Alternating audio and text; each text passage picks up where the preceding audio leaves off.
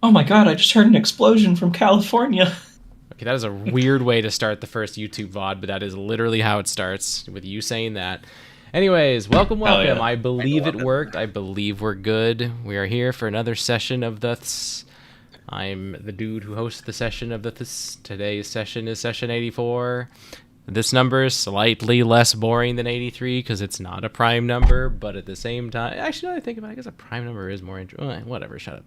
But Prime anyways, number. last session, stuff happened. Lots of stuff happened. I'm curious what you guys remember of that stuff that happened, so I will put it in your court, and I will ask you the age-old question.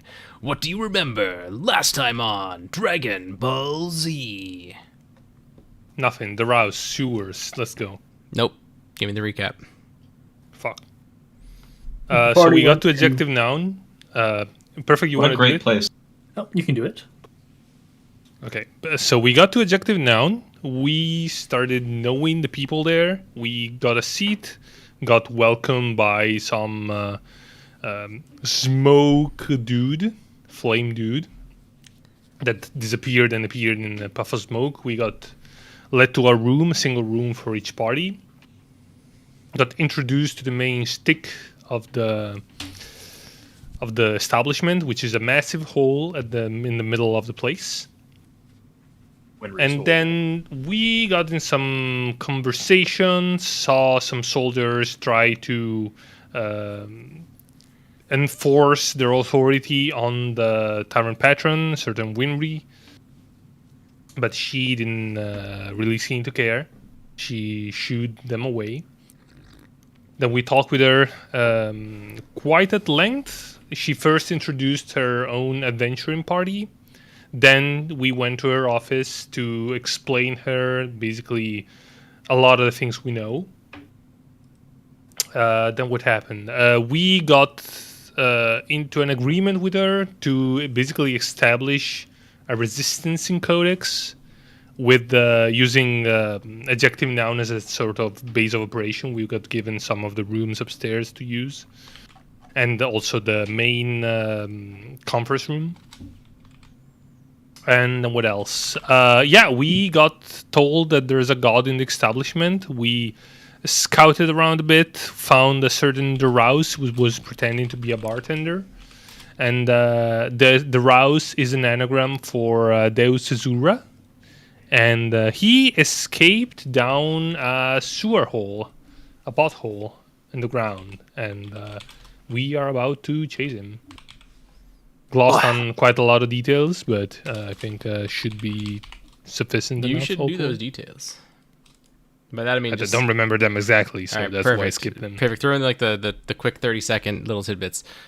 All right, quick 30-second little tidbits. As we were looking for Deus Rouse, or whatever god what was inside the library, we ended up talking to a handful of NPCs, just quick firing general information. There was Bartholomew / a handful of others that were a pre-existing pirate gang that is now working for Winry.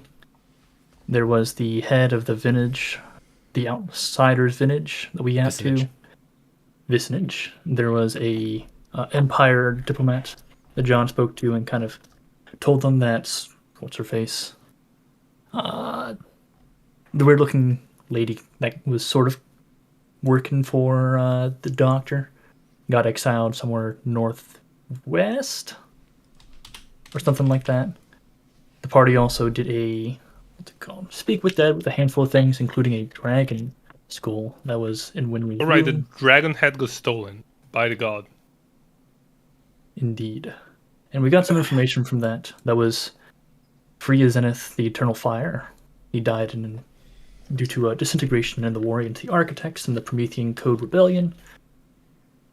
They were trying to escape the cyclical destruction and escape the Nexus. Most And we importantly, they were fighting the architects that we know are the entity that's superior to gods. Mm-hmm. We asked what exactly the Nexus was, and he was like, "Nuh-uh, not going to say that in front of God." And then we asked what god they were sensing, and after basically telling us they were the tortured god, before being able to say the actual name, it vanished. To which we've ended up finding DeRouse with like a 46 investigation check or something like that.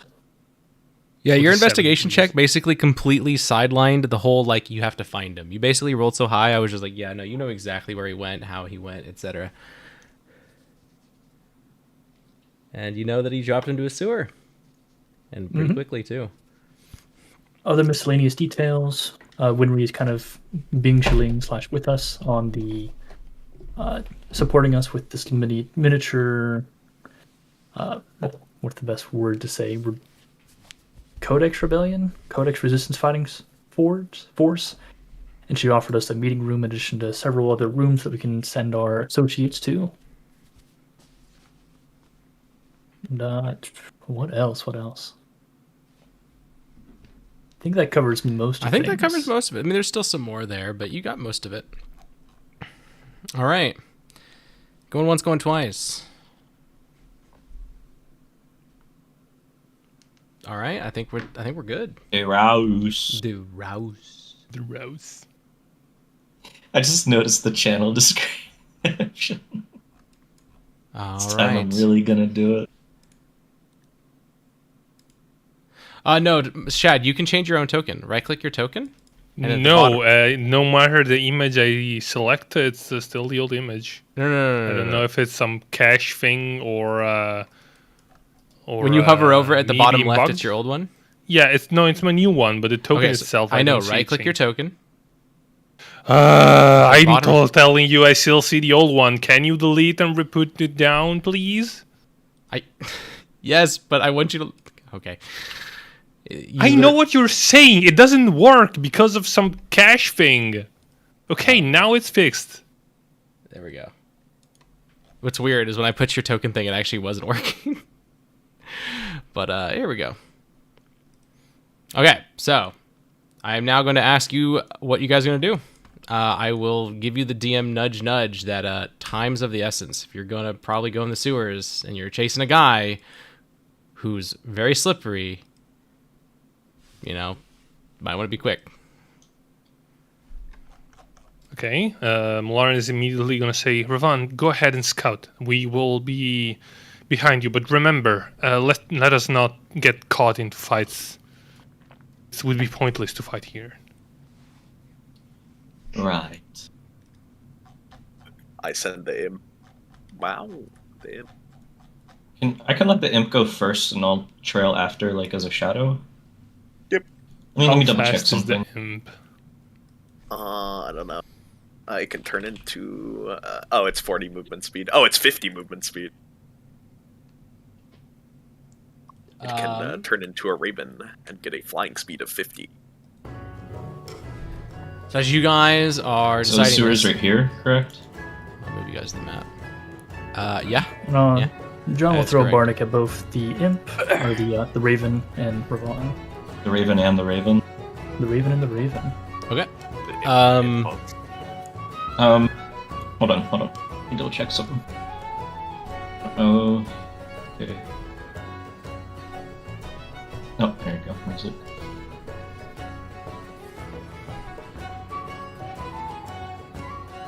So I would say probably the time it takes for you all to gather and get this is probably, especially like summoning the imp and getting all this ready and the bardic, you're looking at like a minute of like getting everybody down here saying, hey, this guy jumped into a sewer.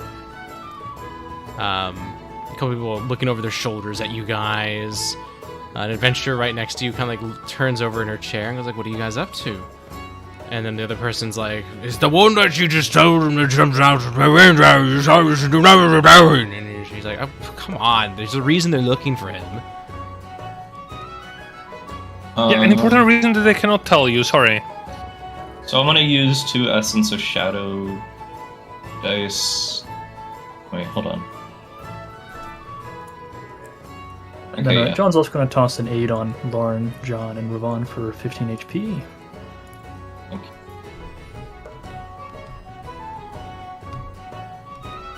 That's a max HP modifier, right? Correct. By the way, Winry, she sees all this going down and she just goes, all right, well, good luck. Sewers are fine. You're coming with us because we need to make sure that you don't explode while we're gone. You're funny. And she walks away. She's gonna grab it. Keep defending the tavern, Winry. She looks at Morai like as if you're retarded and just goes, I hate to break it to you, but I run this place. I'm not leaving it. You did a lot of running the place earlier when you were walking around doing nothing. Yeah, and I'm gonna keep walking around, as you say. Mori, we doing don't have nothing. time. Yeah, whatever. She'll just get. All You can have right. your family bonding later. So Veil of Shadows allows Oh, me to true. enter. Ask is not with us. Shit. Yeah. Where is? Oh, right. I want to go get him. Can you just send? Oh no, sendings don't work here. Fuck. John will just skadoodle as fast as he can to. Why am I on? Why is my vision on the first floor when I'm on the second floor? Because Because he I dragged brought all the over. I dragged us all here. But you can just swap to the second floor. It's a Oh, scene yeah, at the top. that's just the tab. Yeah. That's it. Go, my Ravon. Scout ahead. Yep. I scout as Veil of Shadows. All right, you get into I the don't sewer. think Give I me an get investigation bonus roll. movement. Okay. We're gonna do.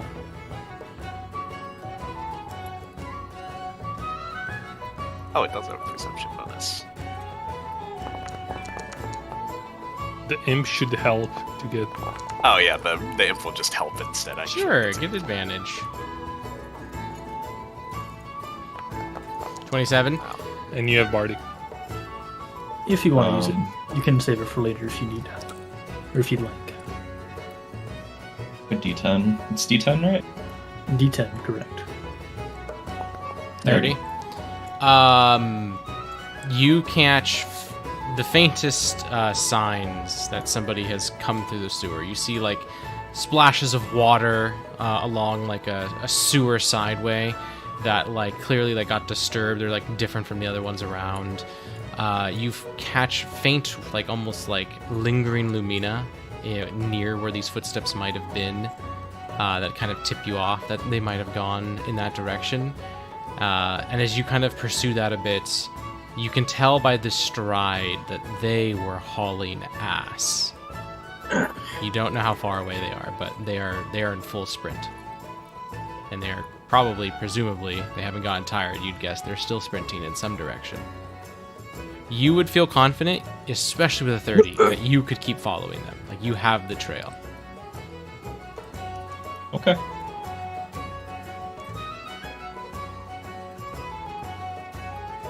I mean, I basically travel along shit as a shadow, so... Okay. How long do you follow? I can do this for 10 minutes. Okay. Are you gonna go for 10 minutes? Sure. I mean, if All right. the party You told me to track. you follow this trail for 10 minutes, and it is you. No matter how fast you go, you do not catch up. It winds through sewers, up a couple grates onto city streets, back into sewers. You're just following this for 10 straight minutes at breakneck speed, and you have not caught up. You still have the trail, like you can still follow it, but you haven't caught up. I'll go invisible and try to keep tracking. All right, well, rest of the party, what are you doing? Ravon is gone for 10 plus minutes. We tried to follow as well, but I'm imagining we can't catch up with our speed. We'll have a decent tracker on him with smokes, provided he's no longer inside the objective now. So you guys are trying to follow after him. After, what's it called? After Ravon. Do you guys get Oscar?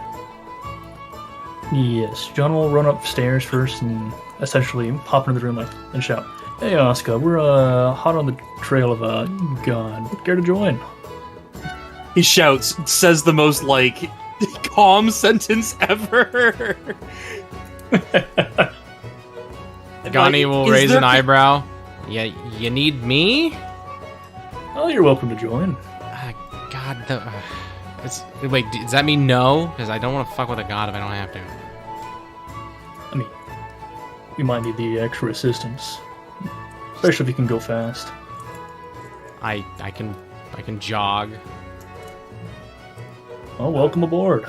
You're losing precious seconds. Oscar will grab some of the arrows that they've been clutching on the table. How many do you think we've been able to finish by this point?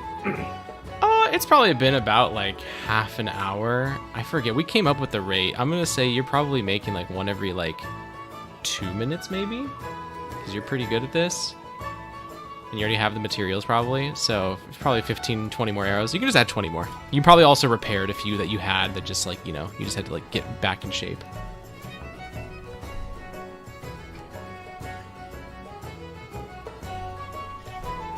There's a dummy and nut sign into my D&D Beyond. Actually, So go over here, John. Oh, which way? Down here, left. I mean, there's a couple ways Awesome. down. Zoop.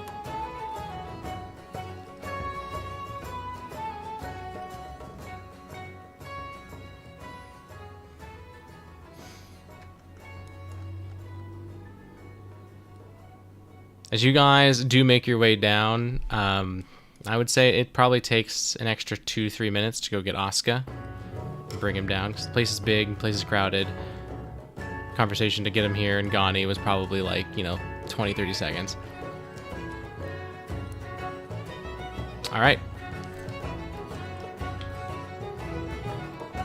So you guys are going to follow after them, it seems. Alright. Ravon. Yeah. You're still following. You follow for how much longer? How long are you willing to follow? Do you guys want me to keep going? I assume. I'm imagining that after like 15 minutes, Lauren is gonna ask John to send you a sending, telling you to come back if there's no progress done. Okay. I'll keep tracking for a few extra minutes then, until I get that sending.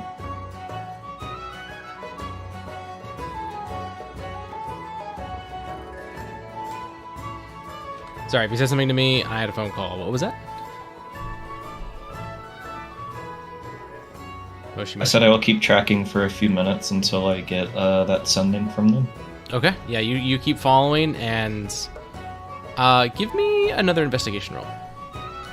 At this point, you've probably lost the imp. Oh, actually, no, the imp has fast speed, right? The imp can just go on Ravon. It's a tiny creature. Oh, true, it is tiny. Yeah, I could just ride on Ravon.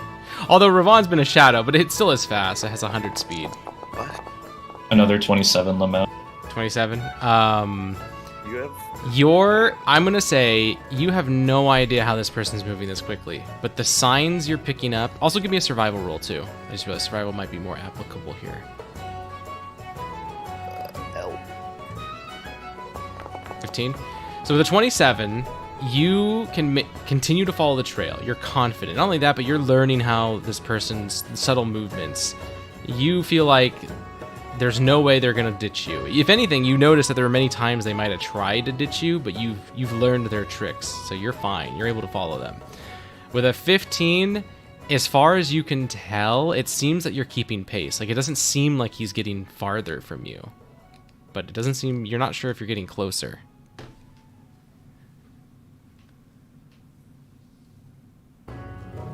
Okay. If only I still had Windwalk. God, this is terrifying. I'm tracking God by myself. I mean, essentially what's happening is we're gonna be led somewhere, and then, yeah. It's a good thing you got authority. Yeah. Good luck, brother. Okay. You get that sending after about 15 minutes of chase. At this point, you've dived out of the sewers twice, back in twice. You've been in sewers with like massive pipes, ones with tiny ones where you had to crouch. The city's sewage system is actually not too bad. As far as you can tell, it has a good sewage system. You haven't seen a single person though. It's been no like bums living in the sewers. It's just dead ass, just sewers. We're suing. Exactly. All right, what do you guys do?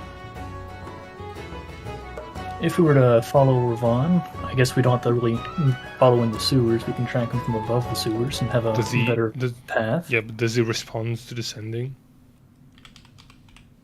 tell me to come back? Oh, if you're willing to continue going, at least as a player, I'm down to see where this leads us. John can also cast polymorph from somebody, and we can fly as the bird does. As a player, I'm okay with you continuing. As a character, I would tell you to come back if you can catch up to him. Yeah, I Especially would with the tell scary them- music it has been. I would tell you guys that I'm keeping pace, but I'm not catching. So should I just can have come someone back. Go on the outside when we're able to and figure out where we're even headed.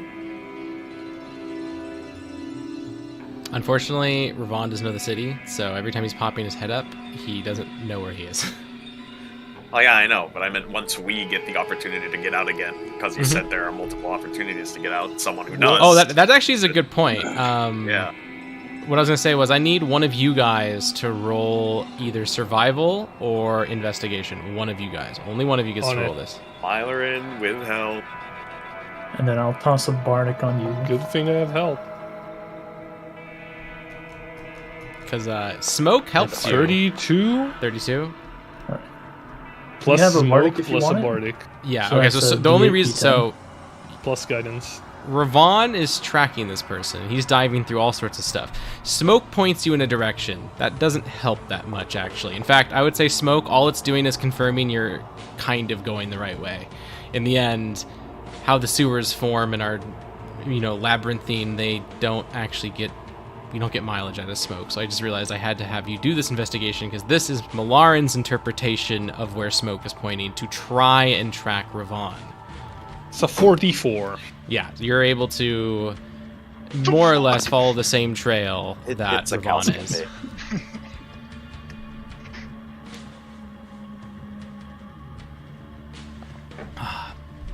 Alright. What do you guys do? Ravon's 5-10 minutes ahead of you guys, maybe a little bit more because he's a very fast boy. Is Ron coming back? I said yeah. Okay. You guys We wait for him and then come back to eject him. you guys come back and he doesn't come back to Adjective Noun. You guys were chasing after him. You guys were like 10-15 minutes away from Adjective Noun probably when Ravon comes back to you guys. Yeah, and then we go back to eject. We start going back to eject now. As you do get out, because you wanted to know where you guys were, if you do look at the Codex map, I will draw the pathway you were going.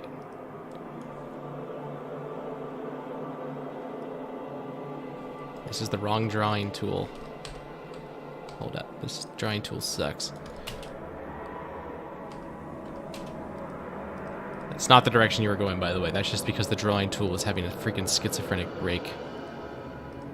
You were going this way. In that direction. Makes enough sense.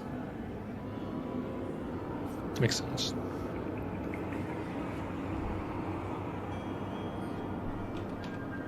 Alright. So you guys are going to head back to Adjective Noun? Yep. Okay. You guys turn around and make your way back to Adjective Noun. The time it takes to get back is about 15 minutes, so 30 minutes have elapsed since you went into this when Ravon went into the sewer for the first time. Ravon, as you are heading back, you have a mental memory of the path you took, but you are noticing that the signs that he was there are basically gone. They're disappearing. It's just because of a combination of like the moisture in the sewers, maybe like rats going by. The little signs that you were following, they are disappearing. John's just going to take Smokes out and confirm something. He's going to see if he can point to Durouse to confirm if he's a god or a something else. Pretty sure he's a god, but in the You case of try dissolve, pointing he's at DeRouse and nothing happens. thumbs up.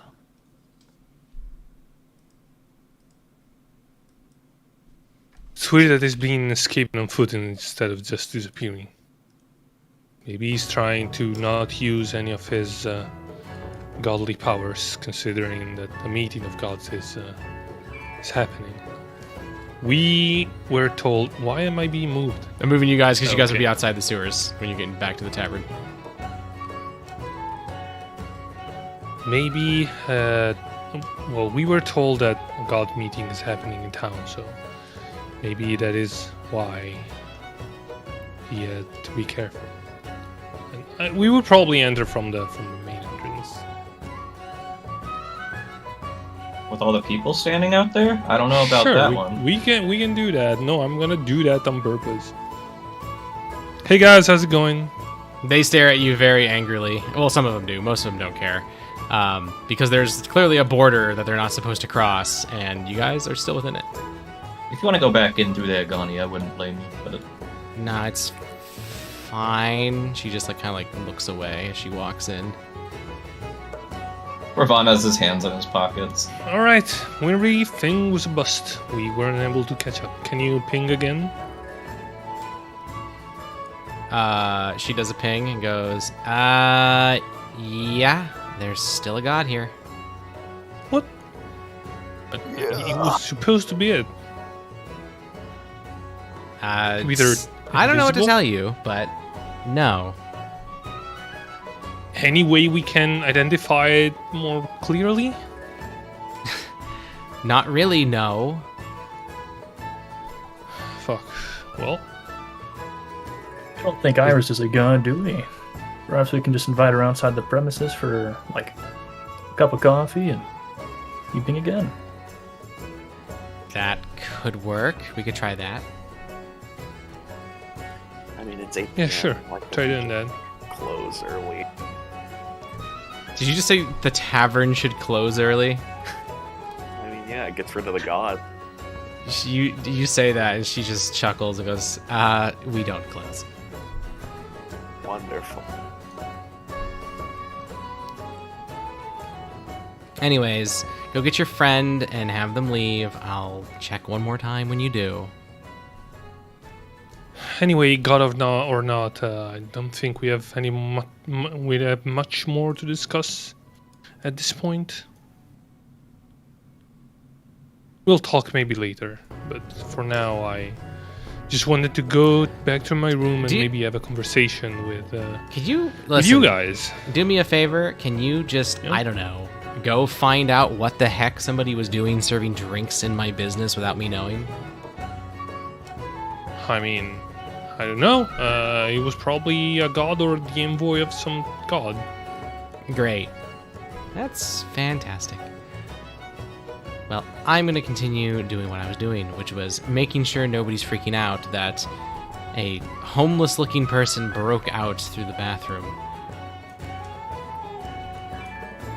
Are they freaking out? There's definitely some murmurs right now. It is very odd.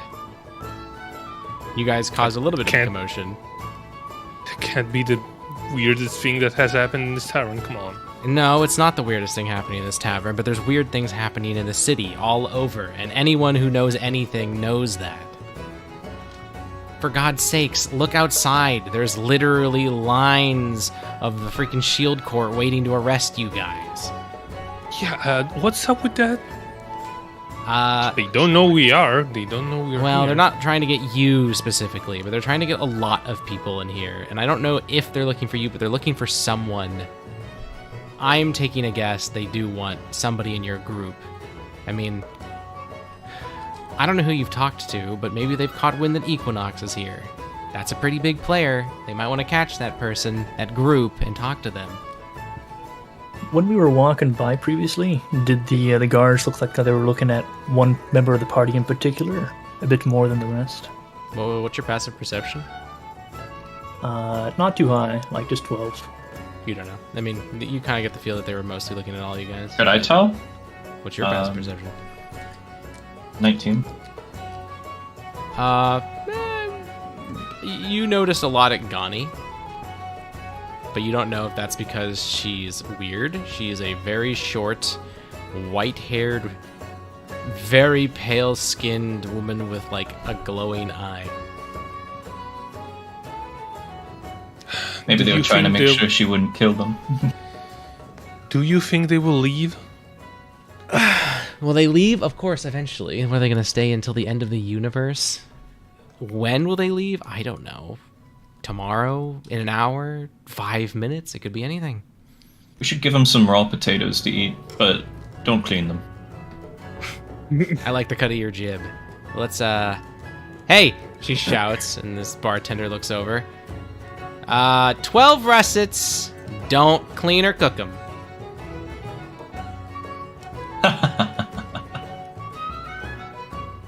Anyways, I'm gonna see if I can pay somebody to go in that sewer and do something about this, because I need to find out. I need to at least assure some people that things are fine. She gives you a wave and walks off. Something down there. Well, we will talk later. See ya. I'm gonna check the upper floor if anything's on fire.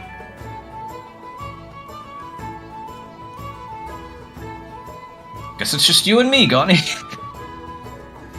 Yeah. You want to get some drinks? Fuck it. Yep. She looks around. She doesn't really know, like, there's no two seats at the bar next to each other. So she, like, walks up to this person and goes, "You are a fabulous looking man. You very much want to be fabulous over there." And he looks down at her and goes, "Fuck off." And then he looks down at her, like, a little more clearly. And she goes, "Oh, right." And he gets up and starts walking away. Oh, nice. There we go. Alright. Excellent. One thing at a time. Morai, you follow Winry, and Winry goes right up to Ruby and just goes, "Yo, Skinner. Little new crowd that was causing a little bit of that attention there. Didn't find the guy. You want to go down there and look?" And she, like, looks over at you, Morai, and looks over, like, in the direction of that bathroom you guys went through. I don't think there's a suppose I point. could. Don't bother. There's no records down there, right? No, but I'd prefer if you didn't kill on such a simple quest. Or if you didn't go, I mean, we couldn't fucking get to it. And Oh, without a believe doubt, me. they were leading us somewhere to kill us. So, you know. Well, unlike you all, I'm a bit more prepared, I think. How much is in I it mean- for me, Winry? Not much. It's just a sewer chase. 50 gold. I think I'll pass. Wise. Winry looks at you, like, and annoyed, like, she's shooting you the stink eye a bit. You know who you're putting people up against, right? You know that's suicide. Yeah, and you know who this Suicide? woman is? She's not some Joe Schmo. She's an Iltacid. Or no, she wouldn't say Iltacid. She would say she's in the league. She can Okay. handle herself. Okay. I can handle myself. You can probably handle yourself. A god shows up, looks at you, snaps their fingers, you're dead. Oh, didn't we already figure out it's not a god? Did we? I don't know. It's the god's still in the building. I would have told you the nickname I was given, by the way. I mean, Morai's not. Also, smart enough if you guys do get what's it called to go outside, she is continually pinging, and when she eventually pings, she'll watch as Iris is, like, escorted out. I'm not gonna move the token because I'm lazy. And then she, like, will mumble to herself. Morai, you would hear her. No, still getting the ping. Morin will examine the bar the Rouse was serving at and question the people here to basically know when he came service, what he did, etc.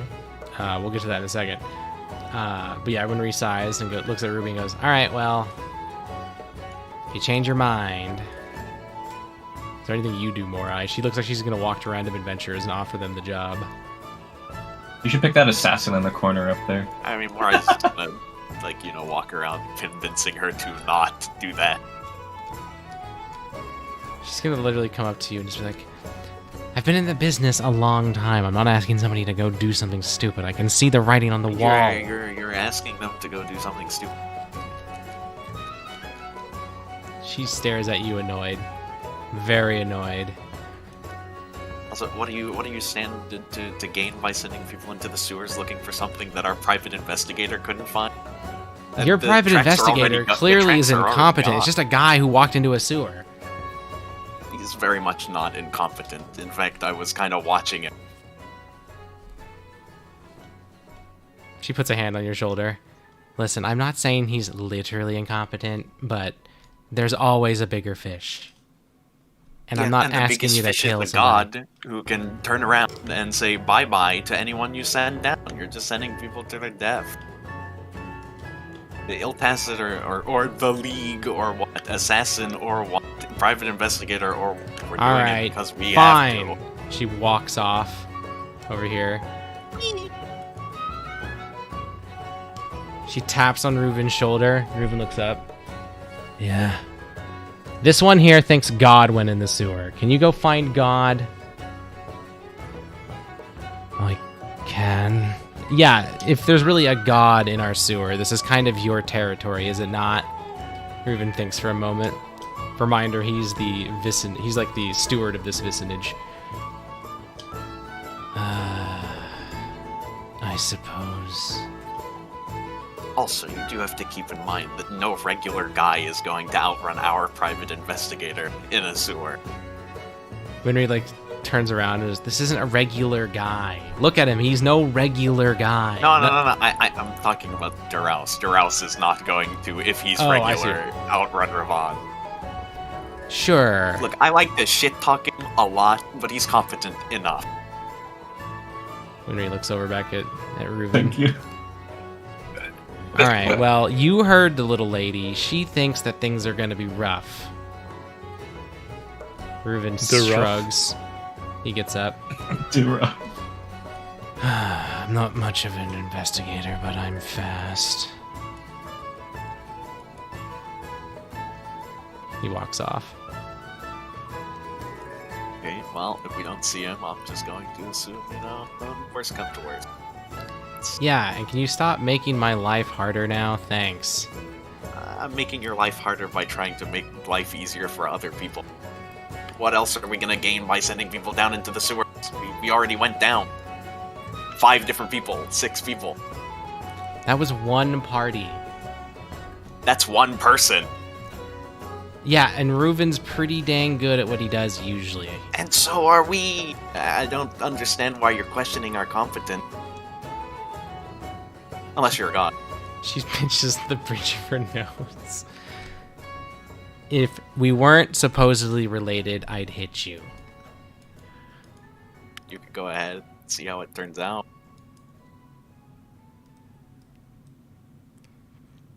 John, what are you doing? I noticed you were in the area. As Reuven was exiting, I was going to have John ask him a quick question. Oh, sure. You were talking about the Slinger Slinger Con. What exactly is that? I don't know. Just want to make sure I have It's pretty soon. Maybe a week, maybe a 2. noted. And second question that you might know the answer to. Any idea if there's a solid gun shop in town? There's a few. To be honest, I would just hit up any of the big magical shops. Solid. Even if they're not Oh. magical, they're exotic enough that they get picked up there. Alright, well, good luck in whatever you're doing. Thanks for the info. He gives you a nod. Alright, so that's all going on. Malarin, you go ask people at that bar. It's basically the same crowd. They're drunk. Oh. They're pretty cheery. They're like hugging and singing and swaying, and you kind of interrupt. And the one nearest you with the hat. Can I help you? Yeah, I wanted to know where this bartender went, and when it came in service, he wasn't supposed to be here. So when we I don't know, but he didn't sent charge me us to- for drinks. Oh, that's cool. Listen, I'll offer you a drink if you tell me a bit more. Sure. And they'll go on and tell you that this guy, Actually, I'm gonna have They'll them hop roll. behind the counter instead. They're looking for stuff. Okay. Give me a persuasion roll. Actually, just give me a flat charisma roll. With advantage. This is you're in your element a little bit here. 18, that's pretty good. They open up to you. They start remembering. They start helping each other remember details. And the story you get was that this guy, he came in through this door right here. He came in through the door. He was whistling. He had a hand in his pocket, and the other hand was twirling a coin. And he walked up to the counter. There was only one person sitting there. It was this elf at the corner. She had a drink from downstairs, and she was just laying here. And apparently they talked with her for a few minutes, and he said, and then he got behind the counter and started making drinks. And then very quickly, a group of people, these four, arrived, and they learned of his story. Apparently, he was found, and he was paid 10 gold pieces to bring merriment to this establishment. All he had to do was arrive and serve drinks. Well, they didn't say to serve drinks. They don't know if that's what it was. What they say is that he was told to bring merriment. So he showed up, and he did that. And that he didn't charge them. Okay. Do I find anything suspicious behind the counter? Give me an investigation roll.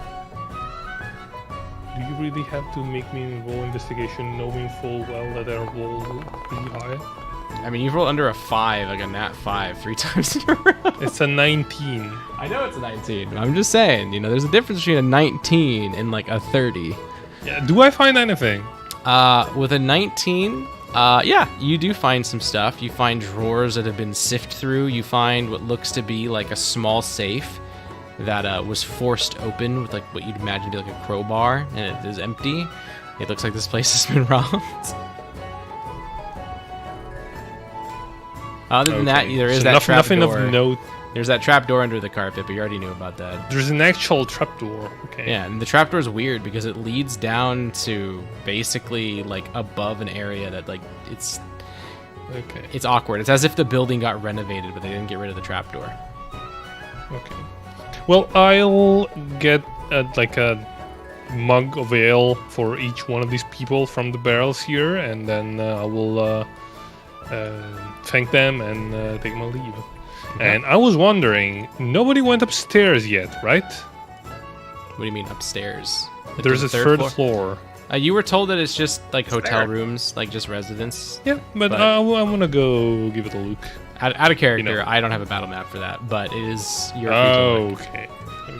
It's literally just. I will take a look in any room I can find open because Jesus Christ, the god could be there, but. Just casually Anyway, be like, I'm gonna invade everyone's privacy. Yeah, basically that.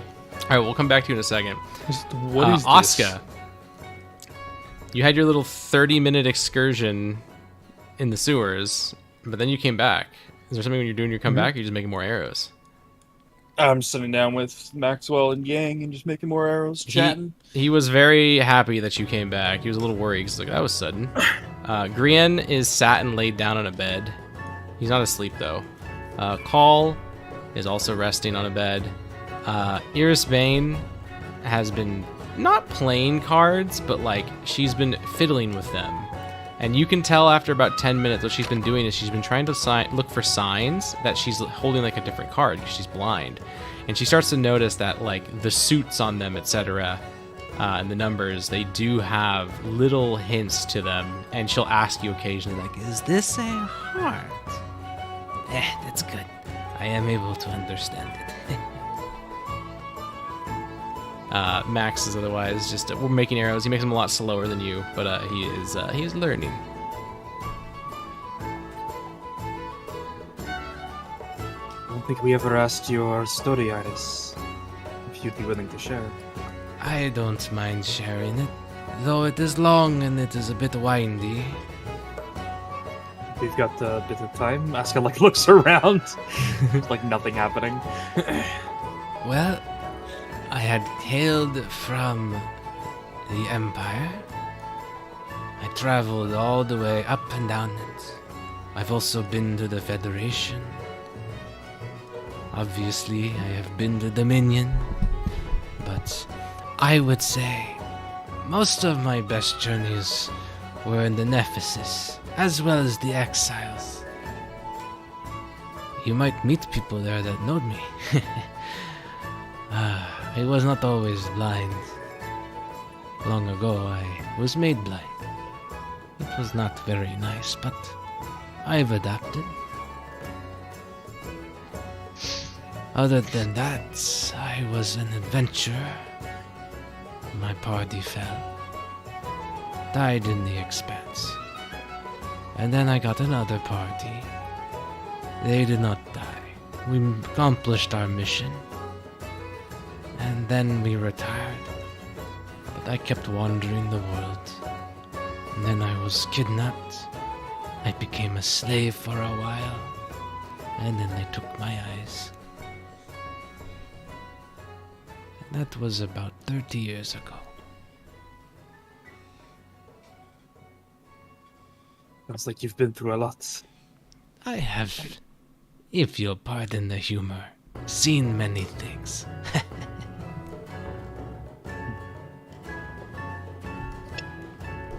I have seen lots of the best and lots of the worst.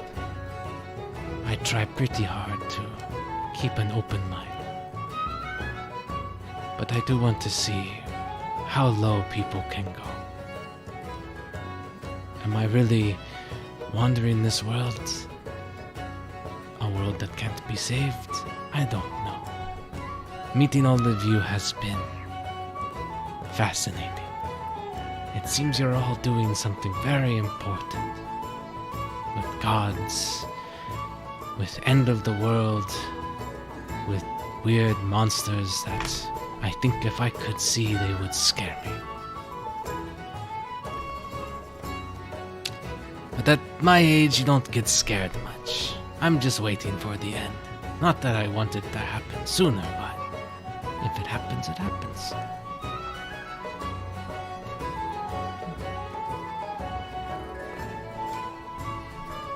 He kind of just like starts slinging Hydra shells into arrow shafts and then attaching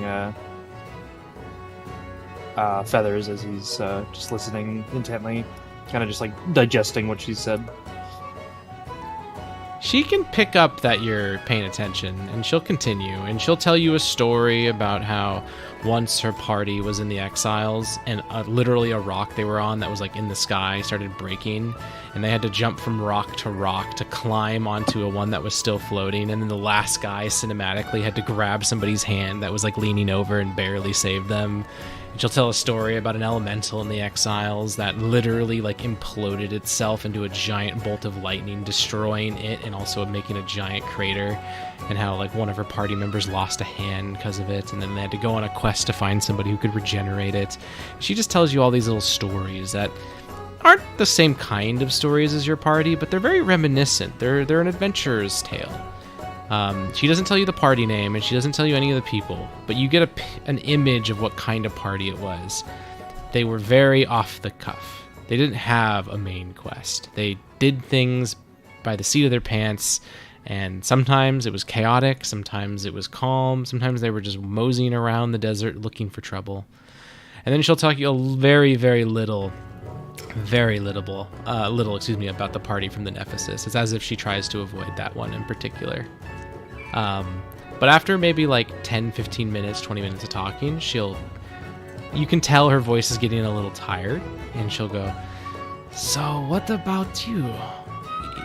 Equinox, was it?" Yes. A bit of a similar story to your party, a ragtag team. Not really much of a goal in mind, but things played out as they did. Hey, who you're calling ragtag at that point, Malari gets into the room. We met each other because you needed to cross the distance. You were going to pay me. That was how we first met.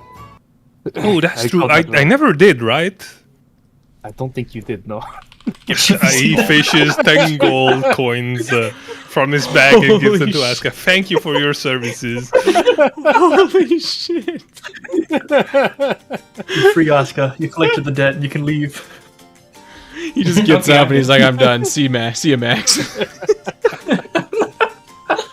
So like disappears in midair. He was the real Duros all along. There's a new trap door. He goes down it. Oh my god, dude. Lauren, this isn't enough. I need interest. I'm going to need at least, like, maybe 50 platinum. Oh god, I don't think I have that on me. Gonna have to ask John. I keep it. He'll put the coins in his pocket. Well, thank you for. It was not You're actually necessary at all. taking them? Oh god. Right, yeah, I'm not going to look a gift horse in the mouth. Call As is you people say. Call is chuckling as this happens, and she's got a book in her hand, and she just like she's lying down. And she goes, "You got some lucky coins there now, Asuka. Don't lose them." This is the equivalent of like working at a store, getting paid by the store, and then spending money at the store you work at.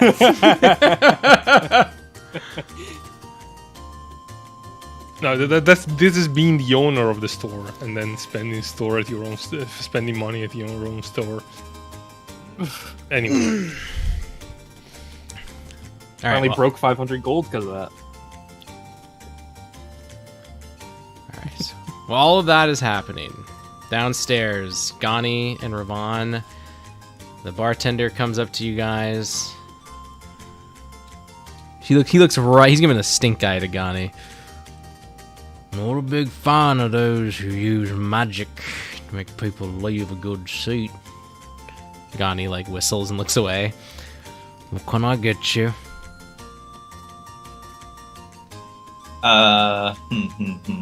10 beers for me, please. 10 beers. Yeah. Well, at that point, Also, just, hey, at that point, just order 20, man. Okay, I'll order 20. She's nice, by the way. Just, we needed seats. Alright. Blame me if anyone. Oh, sure. I suggested it. Okay. Well, anyways, you wanted 20, you said. Bottles or drinks? You look like kind of a bottles man. 10 in bottles, 10 in drinks. Why not? Split it Gives a even. nod. He takes out 10 bottles, he puts them on the table, and then he goes inside, disappearing for a bit. And a moment later, he comes back out with 10 or 11 cups. They seem to be special. Like there's something different about them from the mugs people have been drinking from. And he places them down, one in front of each bottle, with the 11th in front of Gani. I'm gonna put a little bit of a magic trick myself, okay? Now do me a favor. Hmm? I want you to drink every one of these within a minute. I know you can. Okay. Alright. He taps the Uh, corks on all of the bottles. And then he takes the glasses and he twists them and turns them as if getting them in the perfect angle. What were you gonna say? Oh no, keep going, because I have an idea for what I'm gonna do. Now don't blink or you'll miss it. And little one, he says to Gani, yours will be filled last. She like nods, a little confused, like okay, this is a little much. Oh yeah, I got a sneeze coming. And as he sneezes, every cork flies up, and they all land inside the cups perfectly in like a really sharp arc. And then as they land, all the corks melt into a purplish, pinkish mist of bubbles. And then all of the bottles begin to slowly lift in the air as some kind of invisible mage hand lifts them up and starts to pour them. And the drinks begin quickly shuffling, like swapping between the cups as if they're mixing everything together. And then he's like, oh, I got another one. And as he sneezes one more time, all the bottles suddenly lift up and then plop back down with every cup being filled. Plop. And then lastly, Gani's cup. It lifts itself up, and as if scooping the foam off the top of every drink, it just skims some of that foam. And then he lifts the cup and he goes, or he lifts a bottle, oh, here you, and he pours one cup for Gani. All right, 1 minute. Don't mess it up. Alright, I am going to make mouths in both my hands and then drink through there while using my mouth to hold another. So I'm basically downing 3 at a time. All right, give me a Constitution saving throw. You are fine. You demolish these. You don't. The chill of the drinks don't make you drink slow. The alcohol doesn't hit you hard enough so quickly. You down all of those and you are a-okay. And as you finish the last sip of that last drink, Gawny's only like a third through hers, and she's also trying to go fast. She's trying not to lose. And the man is just sitting. You got a little crowd around you a little bit. These other people sitting next to you are kind of leaning in, looking at you. There's one person's even clapping. The man goes, "I knew you could. Now, you're gonna want to listen to me really carefully, all right? Right. Your left is now your right, and your right is now your left. It'll be that way for about 8 hours. If you mess this up, it would have been the rest of your life." Oh. So if your character was left-handed, now they are right-handed, and vice versa. I think he's ambidextrous. Well, even ambidextrous people still have like a slightly more dominant Okay, hand, dominant usually. right. So whatever is the most So- dominant is now the opposite, you know? You're ambidextrous, so it makes it so you're not proficient with either of your hands instead. Just retarded. Oh. Okay. That's. Ooh. What the hell? Igani's like eyes are wide. She's like, I don't want to become left-handed. And he goes, don't worry, yours is not that way. Anyways, enjoy. We'll keep the tab on Thank your you. room. And he disappears. And then like a minute later, he comes back with a giant yellow loaf of steaming bread. He plops it down the bed. Scarf it down after. It's good. Oh, thank you. Hell yeah. And he walks off, and Gani like leans in a little bit, and she like starts nibbling at the bread. She like looks up at you The fall. in between little chipmunk bites. You know, if he literally made you like left-handed or something for the rest of your life, I would have fucking killed him.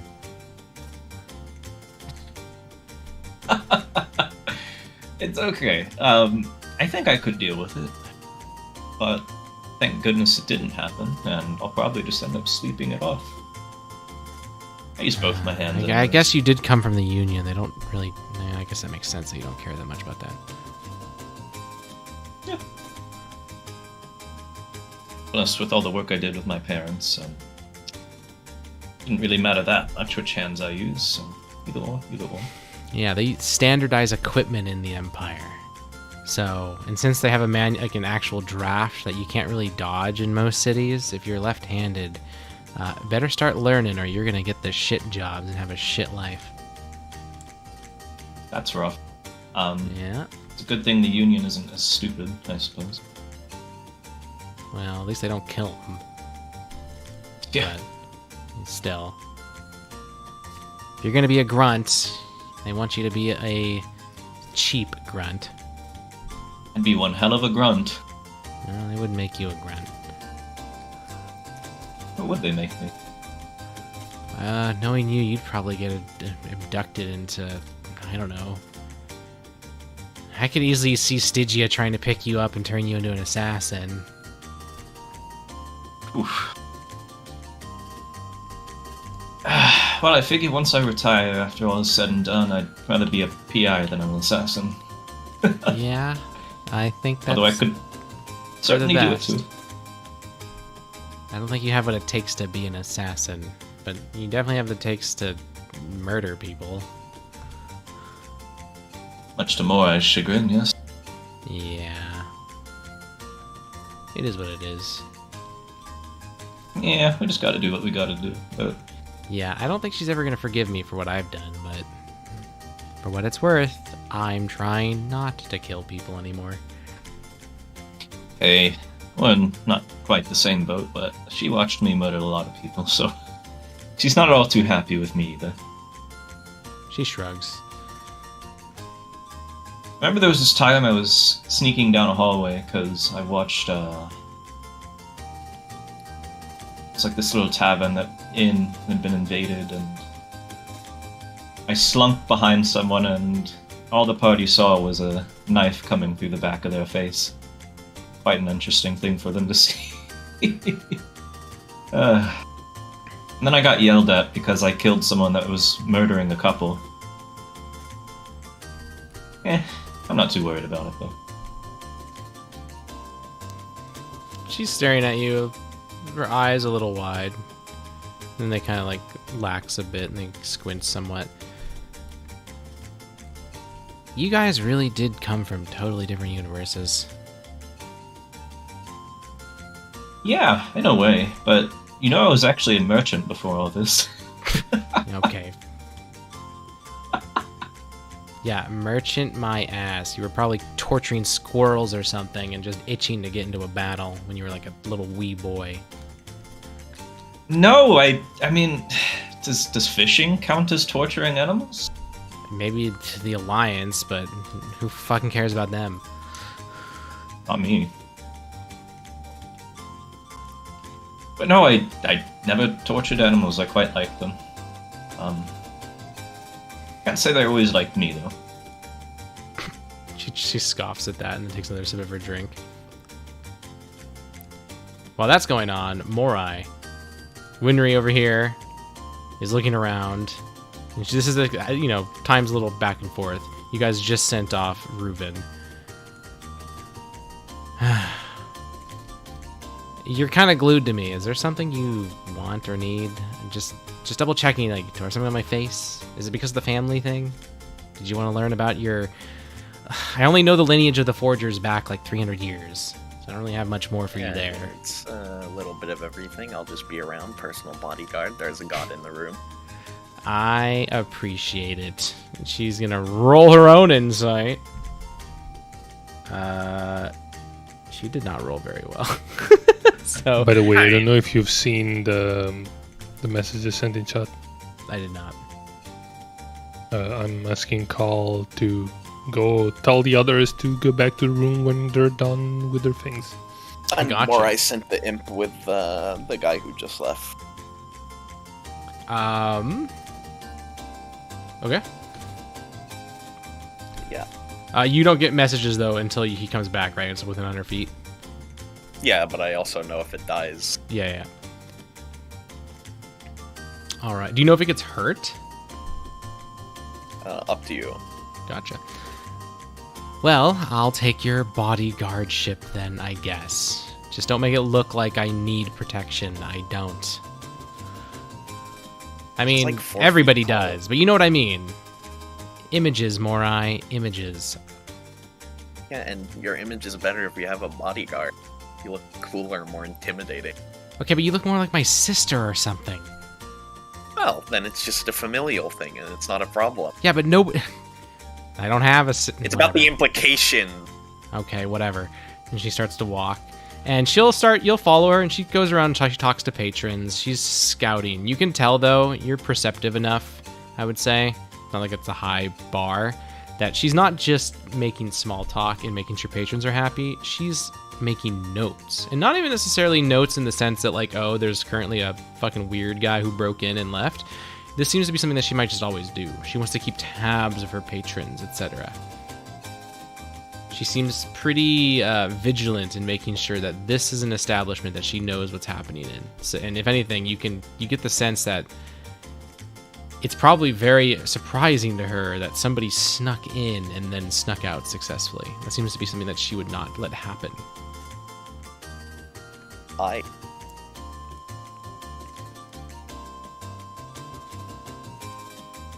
She'll get up here and then she'll gesture toward the piano and ask you, "You ever play?" Yeah, and I'm really good at it now. Out of character? Actually? Yeah. Bro, look how many hands she has. Yeah, I mean, I know the hands, but, it doesn't mean that it's... Anyways, she'll be like, "Oh, really? Go, play me a tune." I mean, more I will go play the piano. There's a couple bards around, a couple adventurers. You see at the table over here, it's like a really low table and people are sitting in really low chairs. There's all sorts of little drinks and snacks, like almost like Native American charcuterie fusion. And they hear the music and they're smiling. One of the people here with a guitar next to them, they look over their shoulder to look at you playing. You create a little bit of a buzz, a little bit of atmosphere here. Winry seems to cross her arms and nod several times as very, very approving of this. Yeah, And she's then good. Call She has like 10 hands. Call will, and while you're doing that, agree and say, "Sure, I can do that." And she will go down and Thank she you, will Cole. she will go and summon the party. Which takes probably about 10 minutes to find everybody and bring them in. We should drink again sometime.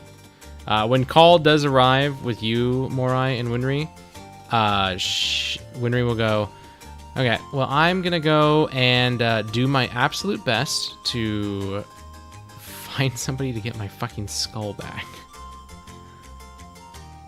Yeah, and I'm gonna go bodyguard. Did your friend here literally just ask you to come, and Call just goes, yeah, no, Morai. Oh, Morai's yeah, sure, pulling all but this." keeping eyes on everyone is a good idea when there's, a god in the room. Trying to make sure no one I care about gets snapped away or explodes. You'll see Winry stop and look at you and ask you very seriously, "How often do you think gods walk in here?" Not often. It's not often, but it happens like once a month. And how many of those times do either of those gods make themselves known to you, or those gods are About those half gods the are time. identifiably non-hostile? There has never been a hostile god on the premises, And you're certain? as far as I the know. one that just showed up might have been very hostile. Well, supposedly they took my shit, so yeah, maybe they are. But that's okay. Oh, there you have it. I will get So it back. better safe than sorry. It's not a question if I'm gonna get it back. It's just a matter of when and how annoying it's gonna be.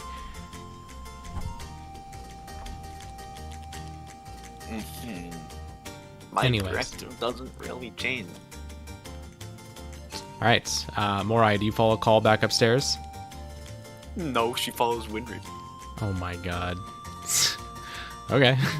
Call will come back, clearly frustrated, and be like, she's glued to the small one, the owner. Oh, right, but before that. Sorry, hold up. Before that, because I want to have Ravon in the scene with you. Ravon, Call comes and gets you, and, you say we should drink some more. We should drink again soon.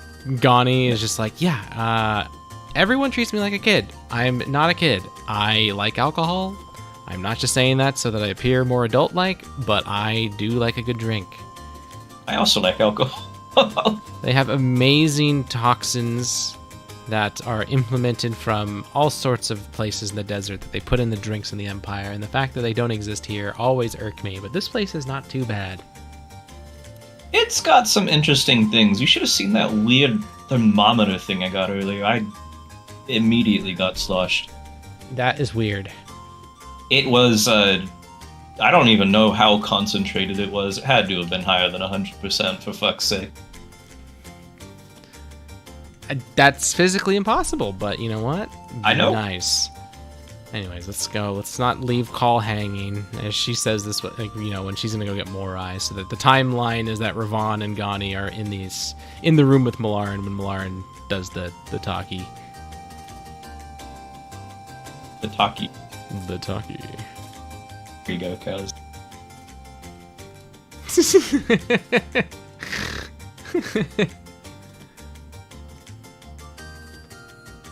I'm surprised you weren't torturing animals as a child. Is crazy, dude.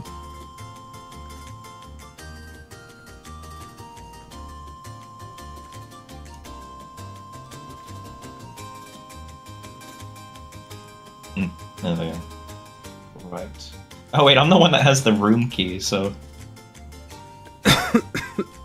Is everyone in here? I believe so, except Morai. Morai's missing. Morai. Yeah, Morai, by the way, during whatever the heck's about to go down, it's you're gonna follow Winry.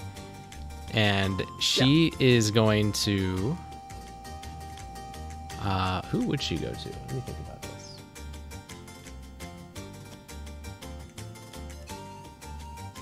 She'd probably go to the people you were next to before. She'd go on the second floor.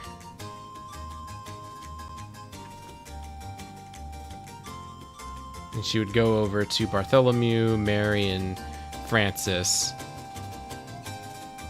I am moving their tokens. Or moving the token.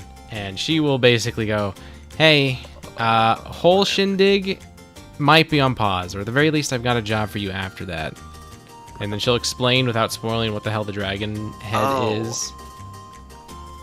You dragged me to the second floor when I was on the first floor. I got confused.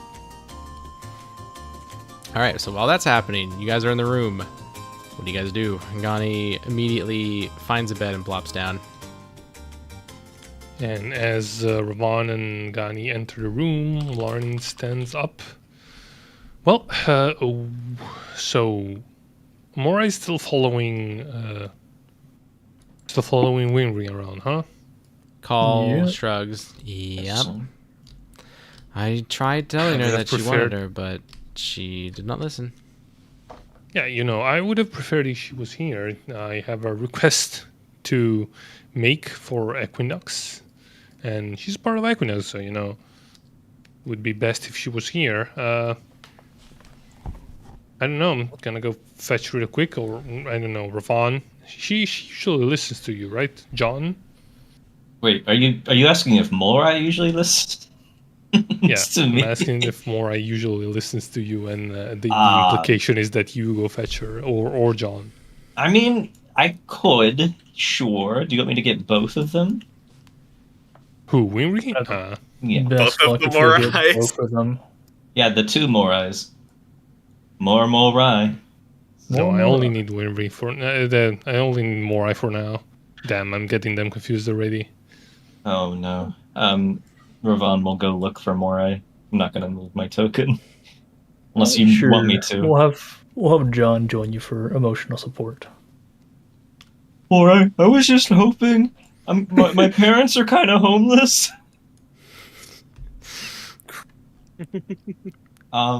No, I find Morai and Winry, and I'm like, hey, so Malarin wants us for a speech about what we need to do next. I mean, go find them. They're on the map. Things are happening when you go God damn there. it. God damn it. Okay, where are they on the second floor, yeah? They're on the second floor.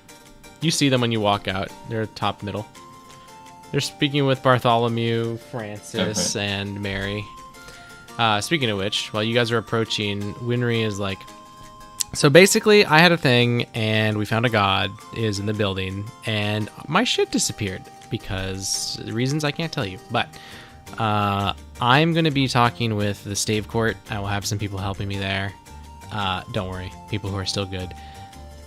You guys, though, I want you guys to use your outsider influence to see if you can find somebody who's not implicated with any of the courts. Some real House Ilios stuff, if you catch my drift. And they're nodding along. And then you guys appear. Hey. Mylon was just wondering if you could come so that we could all talk really quick. Oh, yeah, sure. When are you going? Winry will look and go, no? I mean, this concerns you too. In what regard? In It's the happening regard that a correctly. god just, is in your tavern and some random guy that you never hired bolted at the speed of 300 feet per second in the sewer. Yeah, it was pretty crazy, honestly. I couldn't Is that He what never you're got speaking away, of? per I was se, under but the I impression couldn't- you were talking about something else. catch up with him. Regard. Regardless, she says. Alright, Mary, you handle what you need to. I'll be back. Let's go. Thank you.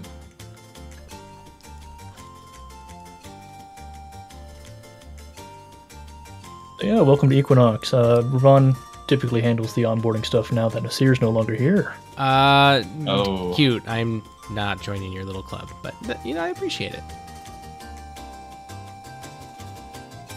I guess I did onboard you two, huh? How about that? Winry walks in, sees everybody, and goes, okay, this is... Winry. Morai hello. insisted I come. I don't know why. I'm under the impression Sure, it was a bit of a... myself that much. If you really want me to go into it, we're in a town that's crawling with skinwalkers, and currently we're dealing with a god who could be who knows who. I'd like to keep an eye on people, or at least keep us in pairs of two. Is that so much to ask? Do you want to die? I feel like I'm safer here than anywhere else, regardless of... Yeah, and we're still here. You can just... I don't know. For within my sight sure. It was a bit of a private matter, but I mean, sure, take a seat, do whatever, lie down, I don't know. Anyway, now She's that gonna we're walk all over here, and she's gonna pick the imp up.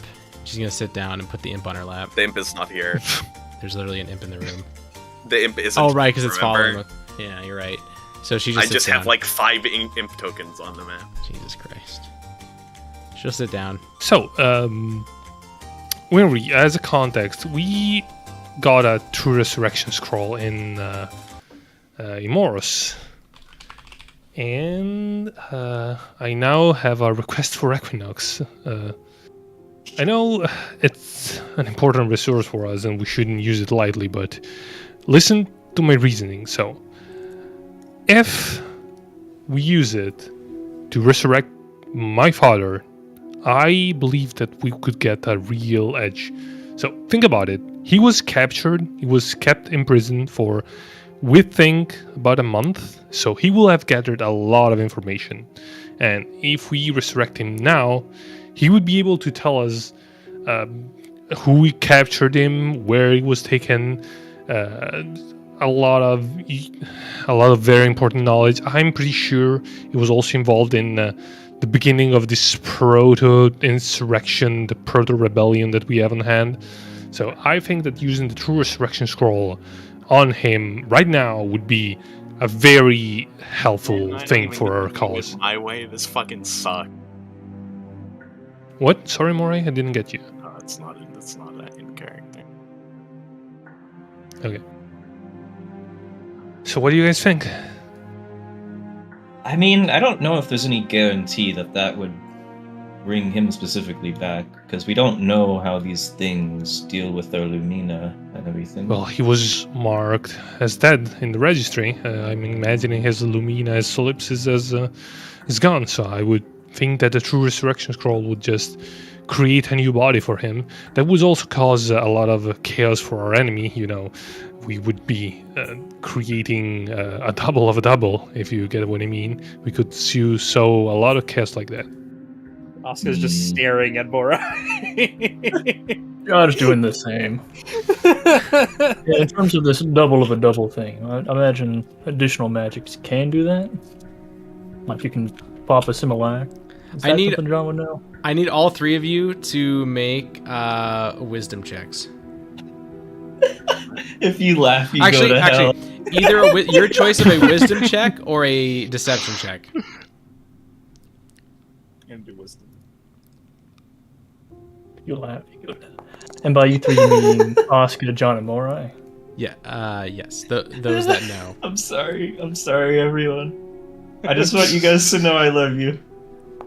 Oh, okay. Holy Alright, Moray. Yeah, Cowboy tells no really lies. It literally doesn't matter to me. It changes nothing. There, wow, wisdom. Okay. You don't want deception? The one... Okay, No, hold on. It doesn't matter, does it? The one time John rolls super good, this is actually crazy. Yeah.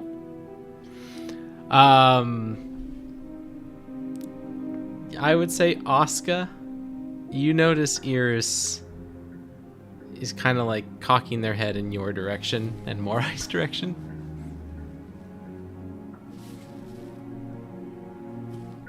What does that mean?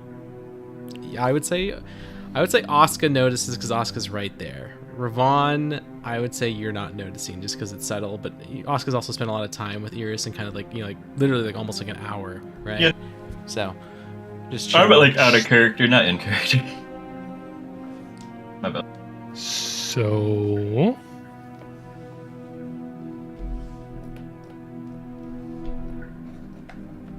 I mean, it's not up to me. I don't have the scroll.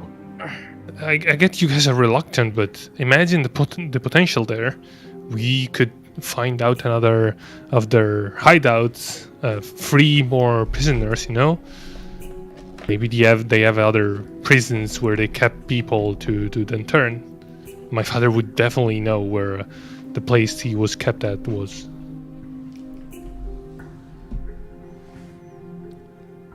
There's no need to continue trying to convince us, Aladdin. It is a good idea, but I'll turn to Morai. This should have been discussed before it got to this point. And it was going to be discussed if this didn't happen the way it did. What? What do you mean?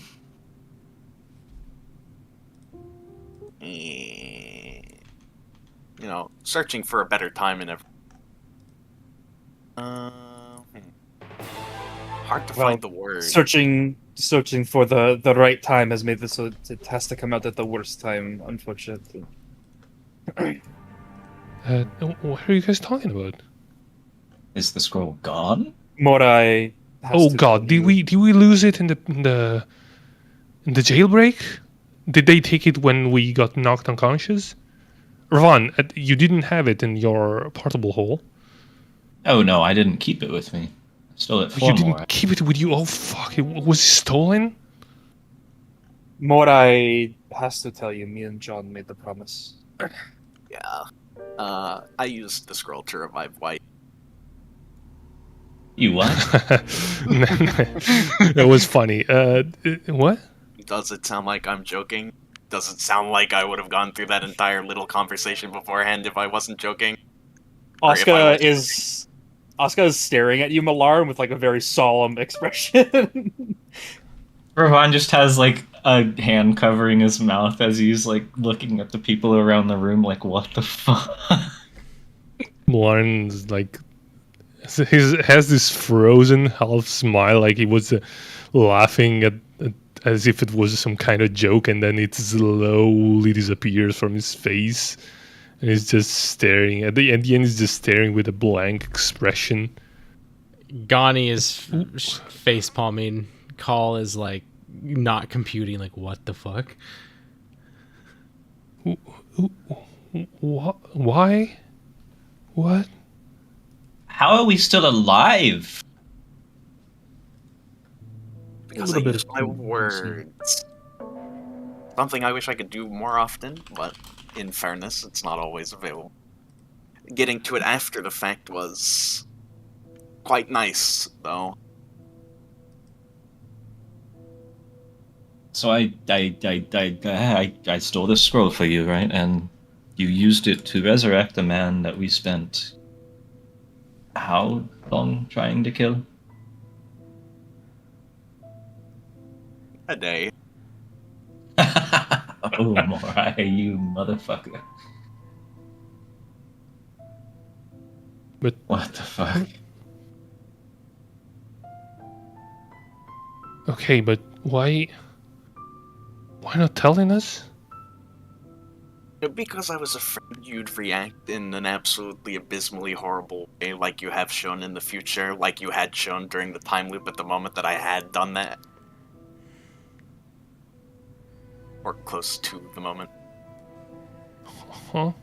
I don't understand. I don't understand your reasoning, and I don't understand why to keep that secret. It was the most important resource that we had on hand, and you just used it like that? Without even telling us? But by lying that you still had it? I never lied that I still had it. I went into asking Irvan to get it for me with the intention of doing that the entire time, and I did it. I just didn't say what, because if I did, you wouldn't have let me do it. Yeah, but you told the others not to tell us. Yes, for the same reasons that I was just saying. I was afraid you'd react poorly. And you would have. Yeah, you know that I would have. You know that it was... I don't even know what to tell you. I don't even know what to think, honestly. do you really trust us that little after all we went through? So little that you can discuss this with everyone before going forward? You just had to take your own initiative. Correct. It's okay. Okay, you know what? It's I need to think. I'm sorry. I'll just be.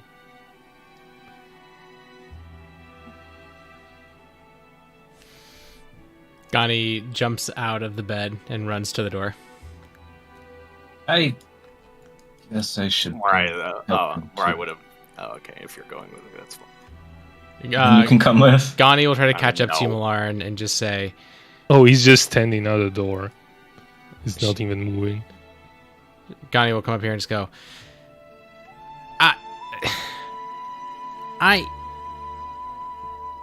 God, she's retarded.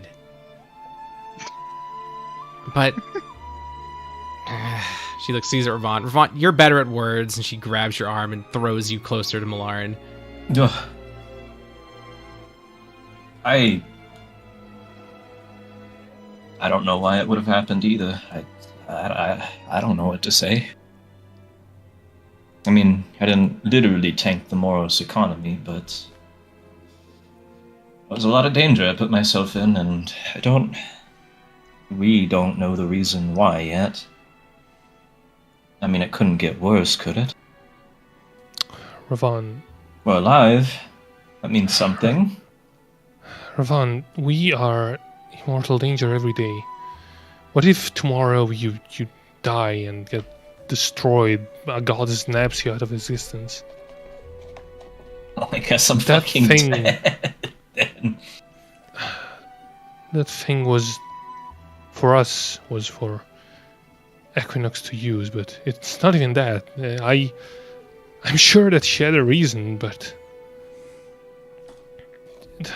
it's the lack of trust that. And then John and Ask had cooperated with that. They went along with it. I mean, I stole it. I didn't even get to see it get used. How do you think I feel? Yeah, no, I'm not trying to play who's more hurt by this. No, not like that. Just, oh god. I just need a moment. I don't know what to think now. Leave me be. You watch unfortunately, if you and try to walk starts away, going to- Gani's gonna follow you. Connie, please. I'm just going upstairs in one of the rooms that we have to think a little. I don't want to be in a room with those fucking people. I didn't think John would lie to me and just fucking keep that shit a secret. Nah, I'm with you. Let's get some fucking drinks. Ravon, we're getting more drinks. Not even in the mood for drinking. Sorry. She'll grab your wrist. I said I'm not in the mood. Please. Like she squeezes tighter. She's looking up We at can you. at least go together, and I'll be quiet with her. Because I wanted to share more drinks with her anyways. Is that okay? You take her, do whatever. I just wanted to think in silence by myself. I lean in towards Gani and go, well, we can cop some wine upstairs and sit, not around him, but just make sure he's okay. She grumbles and she takes her eye out of her socket and hands it to you, Malaran. You're gonna come drink with us, 'cause I need this back soon. After you think your stuff, you gotta think. Sure. He tries to put on a half smile. Sure, I'll be She like points at you, she walks downstairs away. in a bit.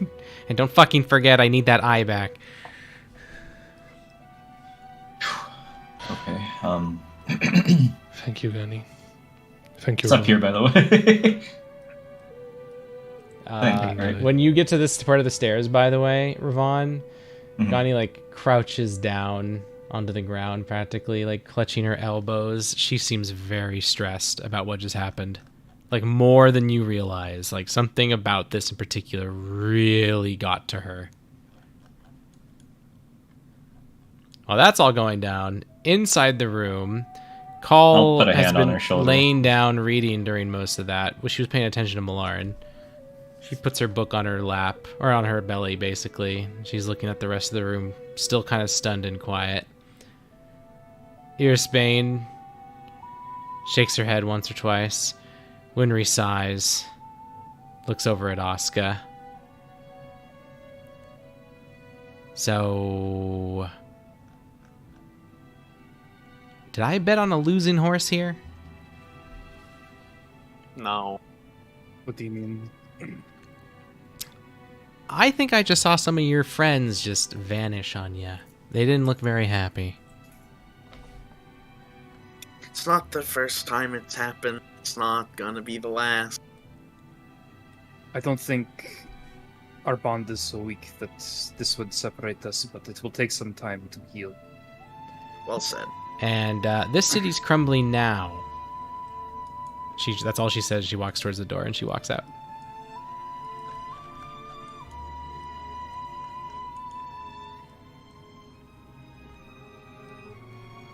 Asuka lets out a deep sigh. We're not a losing horse. We just got a bit of a rush start. Morai, Yo. promises are sacred to my people. You used it against me in this situation. Please don't do that again. What? Huh? What? You made Ow. Asuka promise not to tell what you were doing before you used the resurrection scroll. Oh, okay. Well, I still appreciate you for keeping.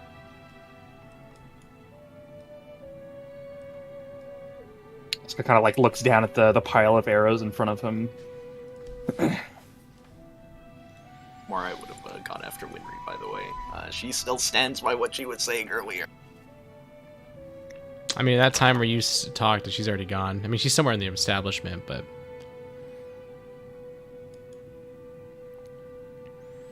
Here's Spain. Oh, I didn't mean for... Casually looks kind of in your direction, Asuka. It has been a short time, but I know that all of you have a good heart. And I know that sometimes a good heart's not enough.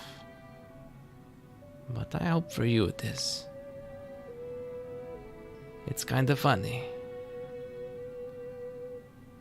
From small creatures to people to kingdoms to maybe even the gods. People will always argue over what the right thing to do is. Even when everyone thinks they know. They don't agree.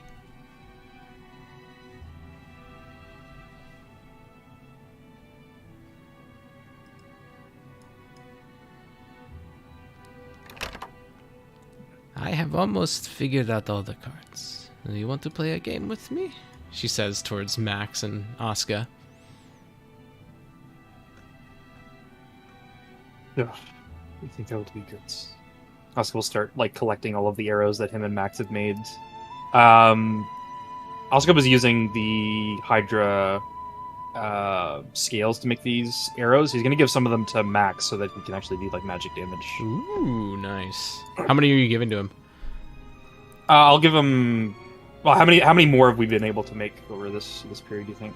I mean, if you have enough scales to do it, I would say. Yeah, I've got like 80 scales. You probably made about 30, and he would have made about like 10. Okay, so I'll give him 20 then. So I've got 20, and he's got 20. Gotcha.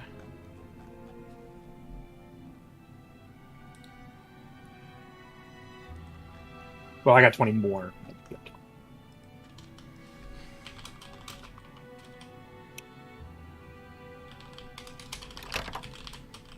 Gotcha. Those are +1 against plants, right? And oozes or something? Plus 1d6 damage against plants, but they just do magic damage. So Gotcha. it's Which is around important. Magic Yeah. defenses. Yes. Yes. Okay. All right. Malaran, you go upstairs. Most of the rooms are closed. You find like one or two that are open, but they clearly have occupants. Like people are in them. You know. We but should there's have not- the keys for the rooms that we are supposed to use for the. Oh for right, the you're right. resistance thing. Yes. You do have those keys. Yeah, those doors are empty, but you have the keys, so you're able to open them. You're able to do the palm thing. Okay. Where the fuck did she go? She's on the first floor. She's near the entrance. Oh, okay. I went down to the first floor. I didn't see her.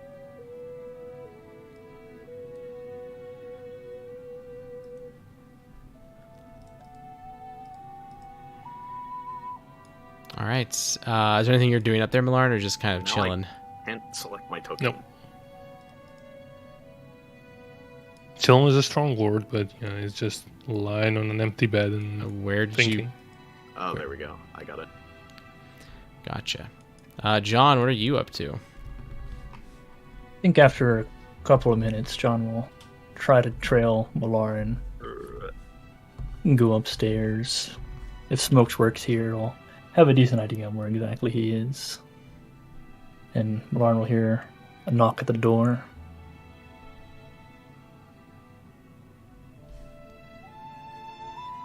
Gani, I told you I wanted to stay. Well, you can come in. Just be quiet. Where's Oh, Nani? Is she Nani. upstairs? No, this Oh, is just John. my bad. Sorry. Oh, But I'll take the invitation on the way in.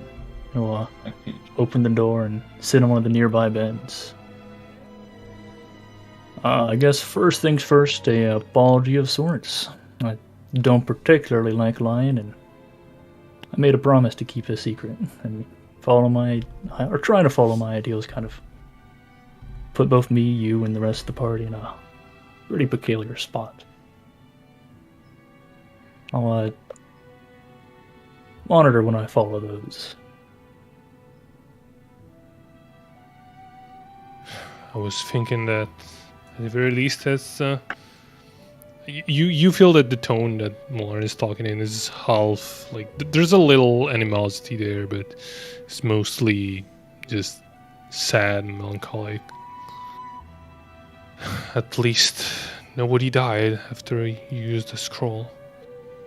It would have been a very different thing if Ravan or you or Aska had gotten yourselves killed, and then we couldn't take you back because that scroll was gone. That was one hell of a gamble.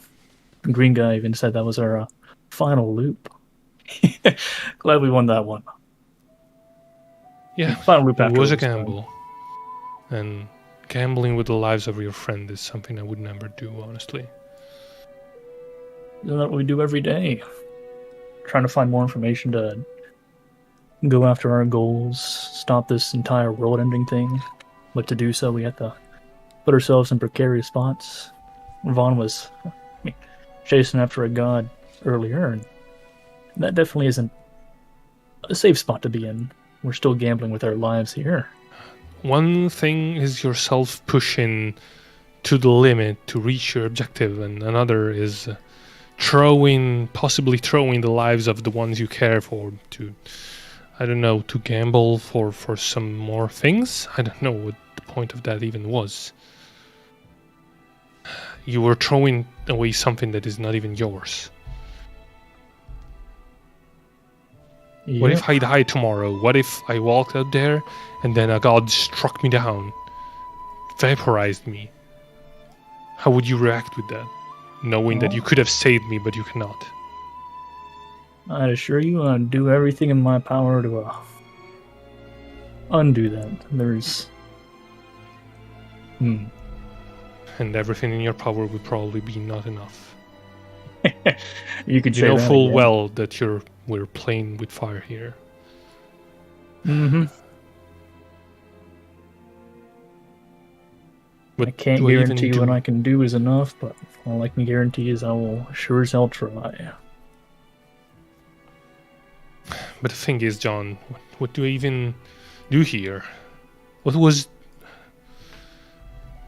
What was the rationale behind this? I told Ravan that I don't even care if the resurrection scroll was gone. That was even a gamble on our part to begin with. Ravan could have not even found it in Morris, but the lack of trust, that thing is here to stay. It's clear that Morai doesn't trust my decision making, and so from what I get, so do you or Raska. I get that promises are really important to you and him, but not even informing us that something was wrong, that something had happened. Who knows what other secrets you're keeping from us, or what other things you're fearing that I might do, or Ravan might do. I don't know. There are a couple of things. Both me and Asuka, and I'm sure Morai to an extent, trust you a bit more, or at least a lot more in my case, than you give us credit for.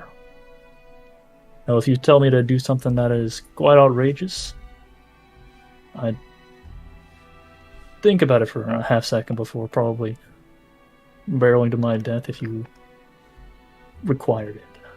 It was not what I was talking about. I'm not gonna be a dictator ordering you to your death. You very know that I really care about your well-being. Even now, I'm willing to put my life on the line to save you guys.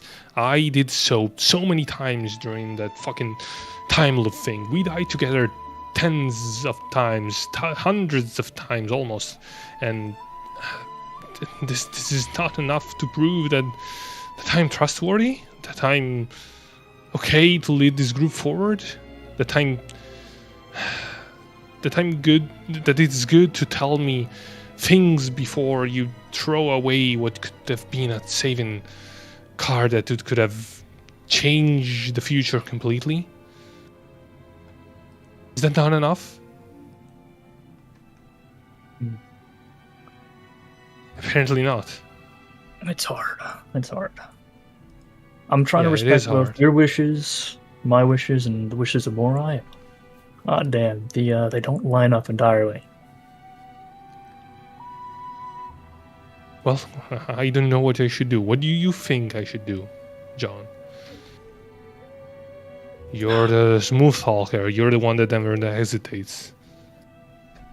Certainly try. If I was given full autonomy of the entire group, I'd figure out some way to smooth things over and at least understand from both sides. Or poke Morai for her rationale. And after we hear that and realize that we can't really change the past, Well, she told you her rationale. She thought I berated her for wanting to resurrect White, and you know what? She's probably right. Because it's a stupid idea. I don't know what she plans to get out of that, but I surely hope that it's something good. Because that could have very well been the end of us. Yep. In terms of things that we're getting out of it, this probably isn't what you want to hear right now, but he's gonna pay, what's his face, Grimora a visit. And from what I can tell, we're not the biggest fan of that guy. So it was a shitty gamble, but luckily ended up winning. And why not telling me after? Why not tell Ravan? He's the one that got the scroll that put his life on the line to get it. What I think happened is, or what I hoped happened, is she was trying to find the perfect spot to share with y'all, a place that would reduce any animosity towards her, and that perfect scenario just never came up. The ball got kicked down the road, and to here we are today, fracturing the party ever so slightly. Don't say that. This is not the end of Equinox, but I need to know where the rest of the group stands. I cannot allow this kind of things to happen. You understand, right? I understand where you're coming now from. If now it's that resurrection scroll, next time what will it be? Is there other things that you're keeping a secret? You want an honest Other answer? things that could jeopardize our mission? All right. Question for you, boss. If I deem Don't keeping... call me boss. All right. Question for you, Millard. If there was something that I deemed best not to share with the group, as it would put you fine folk in unnecessary danger, should I keep that? Yes, of course. If you thought the group would be better not knowing, and it's something that you really sincerely think that you should keep a secret, then yes. I'm not gonna force you to spill your guts out just because we are a party. You're allowed to have secrets. I'm allowed to have secrets. That's normal for people. I'm just talking about things that could put everyone at risk if we didn't know. If I didn't know that resurrection scroll was gone, I could have, I don't know, involuntarily devised some kind of plan that could have put us in unnecessary risk, thinking that we had a trump card on up our sleeve, and we didn't. All right, the first part's good to hear, because not complete transparency, because I can't share it, but there is a thing or two that I'm keeping close to the chest, something that I don't think would benefit most of the party from hearing. So if you wanted honesty, there you go. Appreciate it.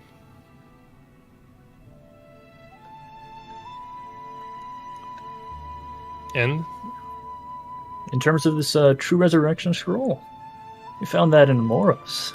Supposedly, now that we're in the magic capital of the world, or as those books put it, surely there's another one or two lying around somewhere. yeah, but I'm imagining that we'll be much more protected than in Morse. Shopkeepers around here usually know their stuff.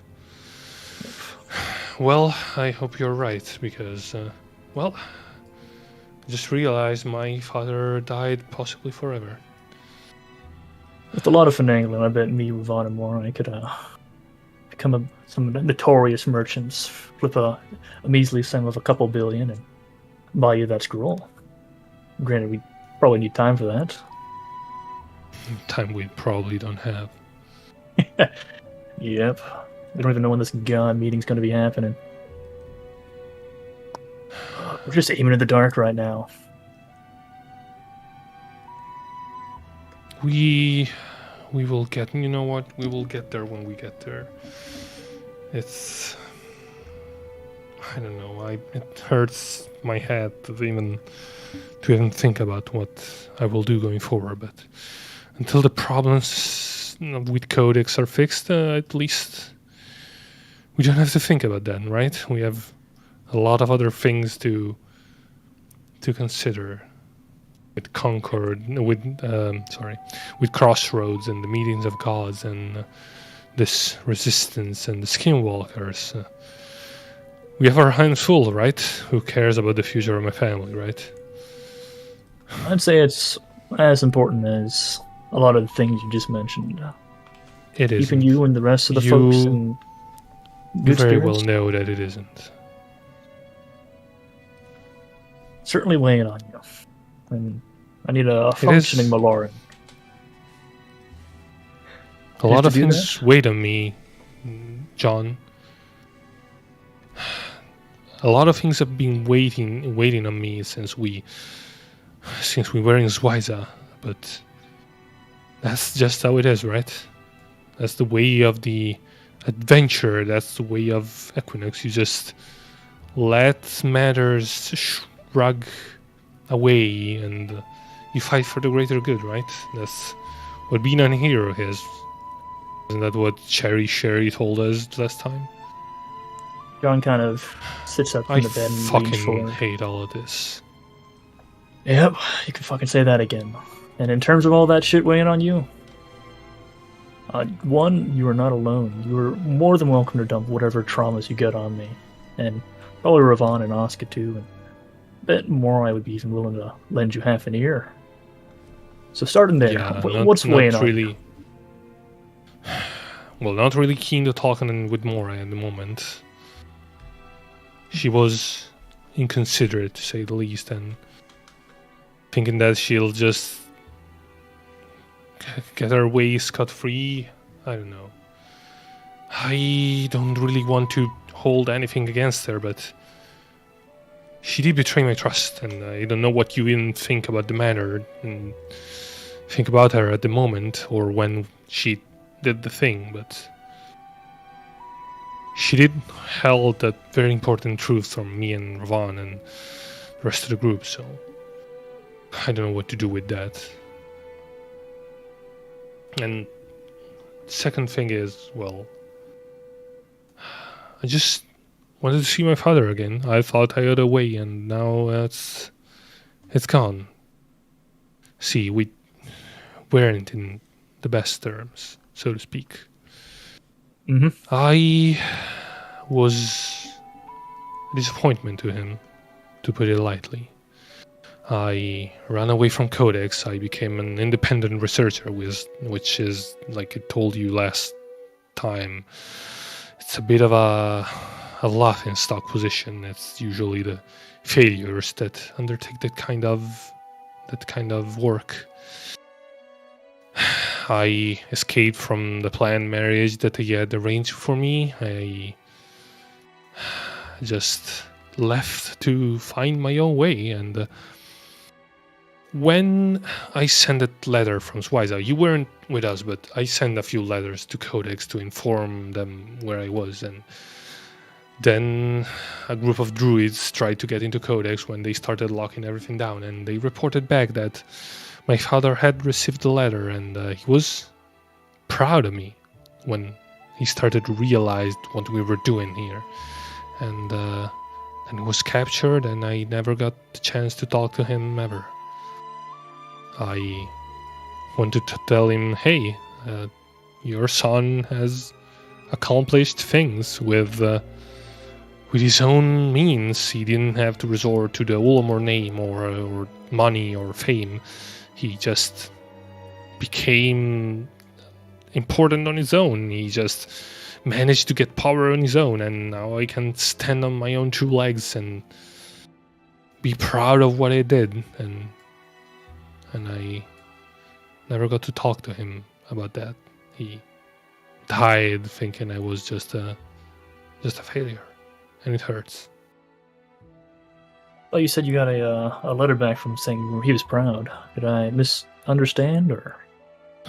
Yeah, but that was the very beginning of our journey. Equinox wasn't even a thing at that moment. I just wrote him that we, I don't know, defeated. What was that? We defeated some pirates that were assaulting in some warehouse, and that was it. Damn. He doesn't I know think anything you of now. what we did after. If he could, but he can't because skinwalkers took his place, and I still want them to pay for what they did. They will pay for what they did, but possibly I will never have him back, and my family is gonna be on my shoulders from now on. Heavy mantle. You wanted to know what waited on me? Well, there is that. At least your family's still alive, even if they don't remember you. Yep. We can Certainly still something. fix that, right? Honestly, not too sure about that. I think it was Green that was saying that once something is forgotten, it's gone, but it can be overwritten. You can't really get that back, from what I understand. Probably better for this way. They seemed happy. And, look at me now. I'm chilling over here. We did a lot of things that everyone thought were impossible. Maybe we can also rewrite the past. Or forge new memories with them. We will go back to your village and make sure everyone is alright. Make sure everything is back to normal for you. We can at least do that. All right. I don't particularly like asking for help, but whenever we do, I will definitely need a shove or two in the right direction. It's definitely painful. Back when they forgot. Tried living in that village for like 2-ish years. Never could rekindle those relationships, those bonds. Left basically a weird stranger at the edge of town.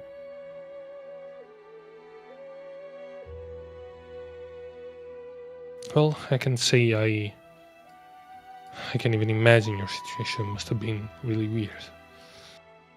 Yep. But I can promise that we will at least do the best we can to make the situation better, or at least make sure that they keep living their own happy life.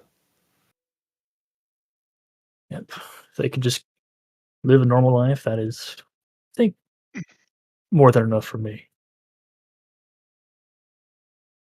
Now, is that the only thing or is your folks the only thing that's weighing on you?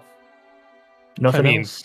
It is a fucking shithole that's going to disappear and get defeated by the Empire or the Skinwalkers, or get destroyed in some other way, and then there's the end of the world, but no, nothing in particular.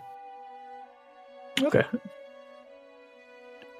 That is a lot of stuff to process. But You bet there is. Whatever. I'll stop beating around the bush in this instance. Yeah, it looks right at you and asks, in terms of leading the group, you don't feel like you're doing a bad job, do you? You don't feel like you're underaccomplished? I mean, we're still alive, and we're in Codex, and Equinox is as good as ever. We have 2 keeps, we have resources flowing back and forth, we are building a fucking canal that's going to bring us a lot of money, so no, I don't think I did a bad job. Alright. But at the same time, I need to know that I have the trust of the party to keep going forward. You got my trust, and I just wanted to verify that you weren't feeling like you aren't fit to lead. You're a solid, I don't know how to best put it, solid leader. We'll keep this party going through thick and thin. I will try to do that as long as I can. I don't know what's going to happen when we manage to fix Codex, however we are going to try to do that, but until then you can count me in. Excellent. I imagine after Codex we're hopping in a Ragnarok and getting instantly obliterated, but that's way down the road. That would solve the problem, right? Can't loot Equinox if Equinox isn't here.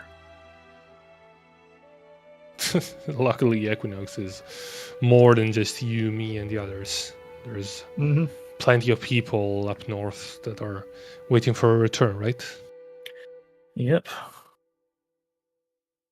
And whatever grim things that is happening in Concord right now, I'm sure they're more than capable of handling that. Yeah. Anyway, they're waiting me downstairs to get a couple drinks when I come along. I'm more than happy to. Very well. All right, we're going to jump to other people because you guys were talking for about 30 minutes. That's a long conversation. No, you're fine. I'm just saying that time is passing, so things happen in that time. So please don't move yet because the people even they're gonna go yet. Okay, we'll do Gani and Ravon first. So Gani's like crouched in here. She's very stressed. Is there anything you do, Ravon, or are you just gonna let her get it out and then go get drinks with her? I just sat next to her and put a hand on her shoulder while I'm just kind of staring ahead, like, oof. Yeah. God damn. You're handling this pretty good. I've only known you guys for a little bit. You've been with him for a while. This is gonna fucking suck for you. Quite a bit, yeah, but I don't really know if we have the time to be concerned about this kind of thing right now, unfortunately. Yeah, no, fair. That's what drinks are for. Right. Yeah, let's go get fucked up. True, yeah, let's do that.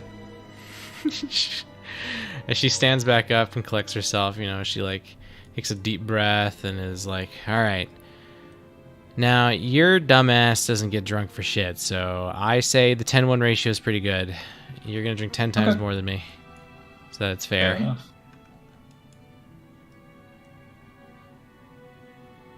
She stops by this guard. She'll look at him.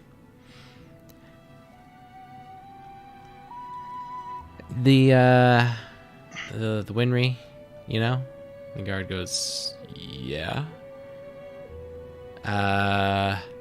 What does she do to losing horses? He strokes his chin, smiling. Well, she loses often, weirdly, so... What she always does, I guess. Bitches about the fact that they lose, but never to a customer's face.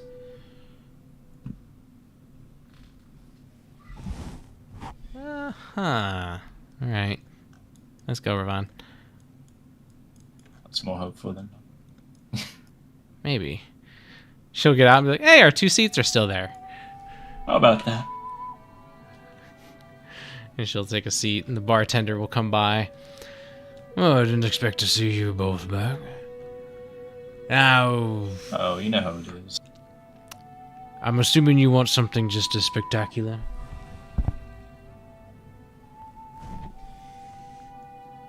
I've got something better. Maybe Tell not me, that changes my... You got 100 gold on you. I won't take it for good. It's collateral. Yes, I do. Alright, give it to me. I'll fish out 100 gold. As you hand it to him, he goes in here. And then, like, a minute later, he comes back with a bottle.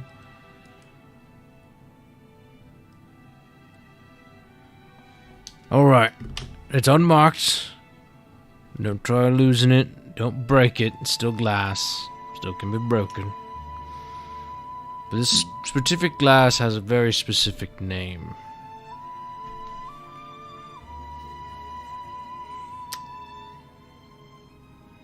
He tilts his head. It's the bottle of holding. It's got 500 pounds of alcohol in it. Don't stick your finger in either. That'll be bad. Hopefully it doesn't bite. It's good stuff. I will be charging a room, but he looks over at Ghani and then back to you. I think you can afford it.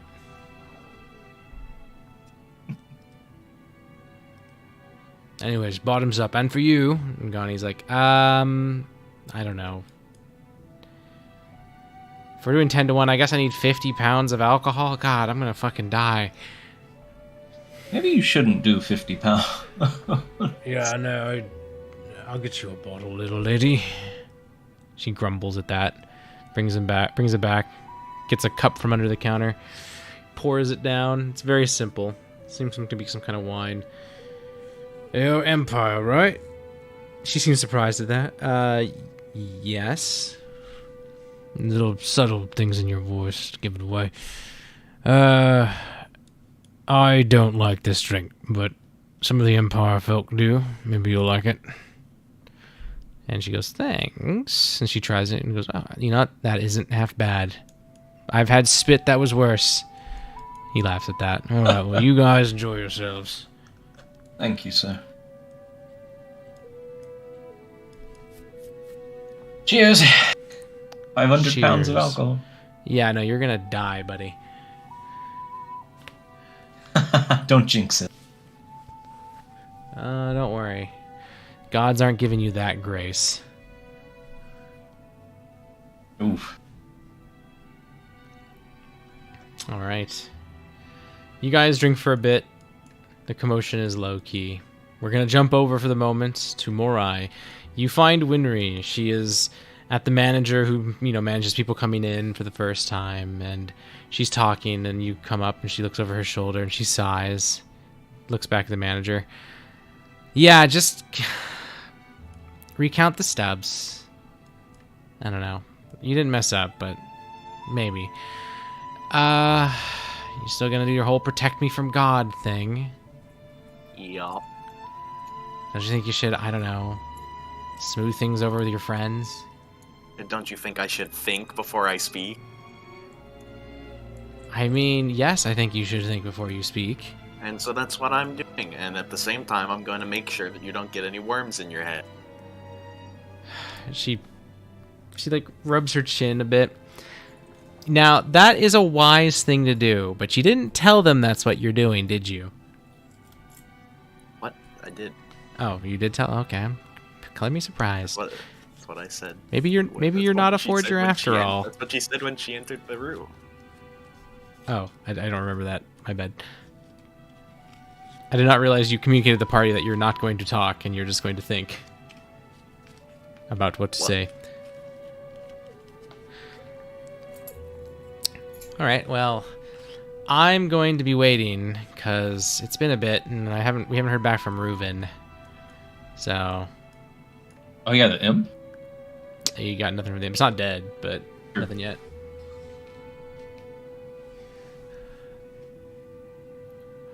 So, tell me about your journey, cousin from the past. Why do you suddenly want to know? Well, I'm killing time and spending time with you. You can kill time by doing your job, just like I'm doing. Truth be told, my job right now is waiting for Reuven.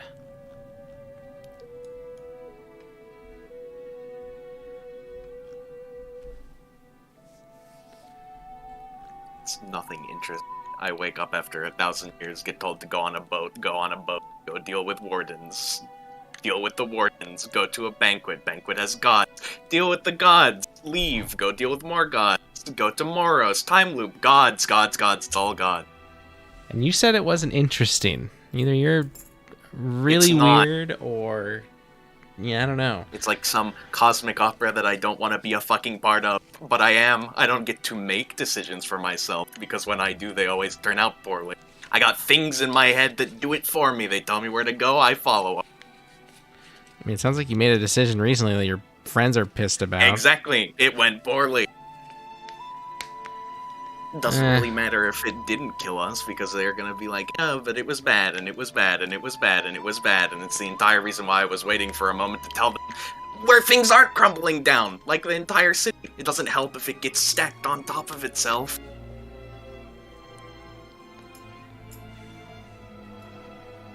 You see that she's, like, got a very flat expression. Well, keep thinking, and definitely go tell your friends what you just told me, but, like, more eloquently.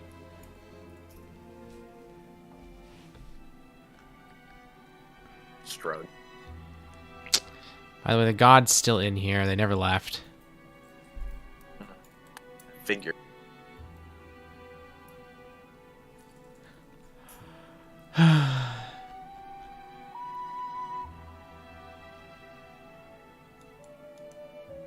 So, honestly,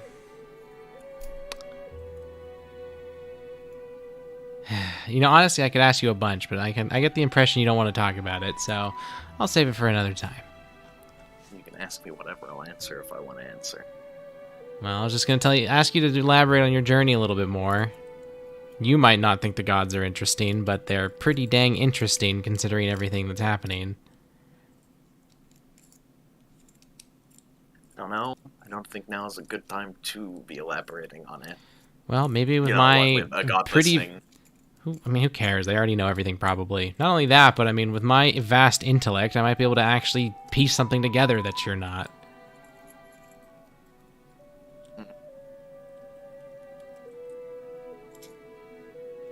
Listen, no offense. You strike me as the hit things hard kind of woman. The forgers started making headway in the whole being smart and stuff category a while ago. I mean, doesn't really change my whole directive. If you come up with something or not, I'm still doing the same thing. She shrugs. All right. Other than that, she occasionally makes small talk, but she's clearly waiting at the door for Reuben. Malaran. We're going to come to you soon. I just realized we got to do Asuka first, but I'm imagining Asuka is mostly chilling, but maybe not. But you are offered to play cards. Do you play cards with Iris after everything, Asuka? Was muted, sorry. Yep. All right, Call will join you, and Iris will deal, but every now and then she has to double check, and she doesn't seem to get any cards wrong, so you're confident that she's able to play. It's a very simple game. She does explain it. You've never played it, but it's very simple. Think like Uno level of simplicity in terms of like, here's like 2 or 3 rules, and then you just play from there. And then Call will take the time within like the first 2 or 3 minutes. She will literally look at you, Asuka, and just ask, "Did you think that would go better than it did? I feel like you were all doomed for this to blow up in your face about as badly as it was, no matter what happened." There was not much I could do. It was Morai's burden to bear. Me and John just had to watch it happen. Well, my condolences. That sucks, but I wasn't the one who had to fight White, so I don't really have the same comprehension you do. Although I did get told by you guys that I died to White several times. He was a formidable foe, but after we beat him, there was not much left of his will. I think what Morai has done might help us in the future. But it doesn't change the fact that it's a gamble. Yeah. So we might not see the payoff for it for a long time. Well, for what it's worth, I'm not particularly bothered by the events. I'm just shocked that... Well, just shocked. I didn't expect that. And then Iris will cough, and she'll go, "Oh, right," and Call will play some cards. If you had to ask me, I think that you should talk with everyone again, once people have processed it. What was their name? Malaran. They seem to be pretty hurt, and I don't blame them. I mean, it seems that one of you robbed from the other. That's kind of bad. It was an important item too. Yes, I agree. We will need some time to talk of things. There will be more important items. It's not the last one. That, and he was saying how he wanted to bring back a creature or of his father that was obliterated by a god. I mean, maybe, but you have heard the stories of past kings killed by gods. You'd think that their subordinates would bring them back, but they didn't. So maybe not the god-killing things could work, but everything else maybe. I don't know what happened to Malaran's father, but maybe there was no chance anyways, and it is a moot point. Maybe. But having that hope there was a big thing for him. Having it shattered like that, he's understandably upset. You will do well, I think, Asuka. I think you might be the spear of your little party, to let them know and remind them that hope can be dangerous. The only hope that's really good, that doesn't really bite you in the ass, is hope in yourself. or at least in your cases, hope in your team. This hope, it is gone. But you have hope in each other. You have that strength of knowing you're all strong together.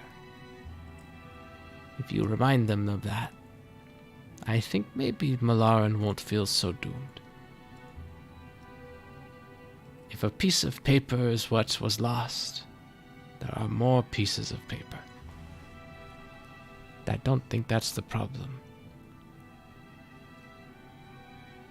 So it's not about hope. I mean, it's a little bit about hope. She plays some more cards. You can bring back the hope pretty well, I think. After all, I told you a bit about my life. Very hopeless, right? Yet here I am. Your words, they reminds me of some of the more wise cacao of my tribe. You know much. I have walked for a long time. I suppose these elders you speak of walked a long time too. We lizard men don't live nearly as long as other races, and humans, especially elves, but we pass down much between our generations. Our cacao don't experience much themselves, but they learn from those prior. I would love, and she Call plays her cards, and then like immediately Iris plays some cards. I would love if you told me more about these cacao. I would be honored. And then she'll ask you to talk about them as you guys continue playing. Max kind of looks up, taking the advantage to, hear about it as well as you four play cards. She seems genuinely interested, and she seems very moralistically inclined. Like, she asks you questions about the decisions that have been made and your honor, and what kind of things did people do to themselves when they maybe did a blunder. Part of you thinks it's a combination of, like, she's asking because she's genuinely curious. She's asking because maybe it's relevant. Maybe she's getting some insight into maybe this cacao have some knowledge as to what more I should do in this situation. And she's also seems to ask because she does seem to be a very moralistic person. The more you talk with her and hear about her, you very much get the impression that she's been hurt as she's traveled this world, and it's almost like she's trying to find a reason to not give up on people. So she seems to like hearing about your tribe in particular, because your tribe, for as rough around the edges as they might be, they are all about having a great amount of perseverance, a lot of integrity, and a lot of respect for nature and the universe as a whole, So she seems to very much agree and jive with those thoughts and those like the ideologies of that. So she will keep poking you about that until you probably tell her to stop. I pose a question to you, though it might be a bit perhaps offensive, so feel free not to answer, but you lost your vision after your experiences. Do you think you prefer not having your visions so you can more aptly recall your memories, not have them replaced with new ones? I would Or would say, you prefer to have new vision to experience more? I would say that there is something scary about becoming blind like this. I don't see anymore, but in a way I see much more than I used to. There is a man, and she leans back and taps the wall behind her. There is a man drinking on the other side of this wall. He is having a rough day. He is not happy with what his partner has done. There are some people below us. They are having an argument. They are not happy with how things are going. I can't understand every word, but I get what you're saying. In ways, I'm happy that my happier times are not ruined, but I see a lot of suffering because I can see a lot more now, if that makes sense.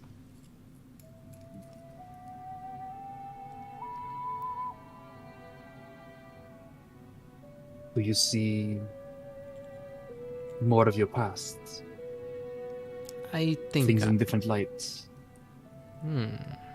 Different light. I don't know if it's different light, but I do see things from my past. I do see them. The things of my memories, they were naive. And the things of the present, they are very cold. But it is that coldness that gives reason for the warmth here. And she plays her cards and like wins the game right then. But like she doesn't even seem to care about the game. She just goes, the coldness is this contrast that makes everything so much brighter in a way. It is a complicated mess. Why were we brought here? If not to just hurt. Maybe the hurt is part of the reason we're here. Or maybe it is that without the hurt, we can't have anything worthwhile. I have wondered for a long time, why do people hurt? It is a question I don't think there is an answer to. But I'm going to keep seeing if there is one. And until then, I make little notes of the pain I see here and there. When we walked in, it was a woman at a bar. She was mumbling to herself. Her lover had passed away, and she was mourning that they were not there with her. That to me was more painful than any torture I've ever had. But she could not have had that pain if she didn't have that man or woman to love. So I see a lot of things now. Being blind is a curse. A curse that's maybe if I had not been blinded I would have done to myself anyways. Maybe.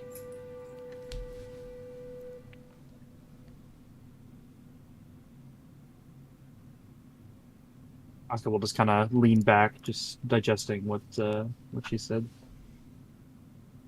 You really do speak like this cacao of my tribe. Ha! That is pretty funny. Well, the Empire is not completely devoid of tribal-like people, so maybe they share a common ancestor.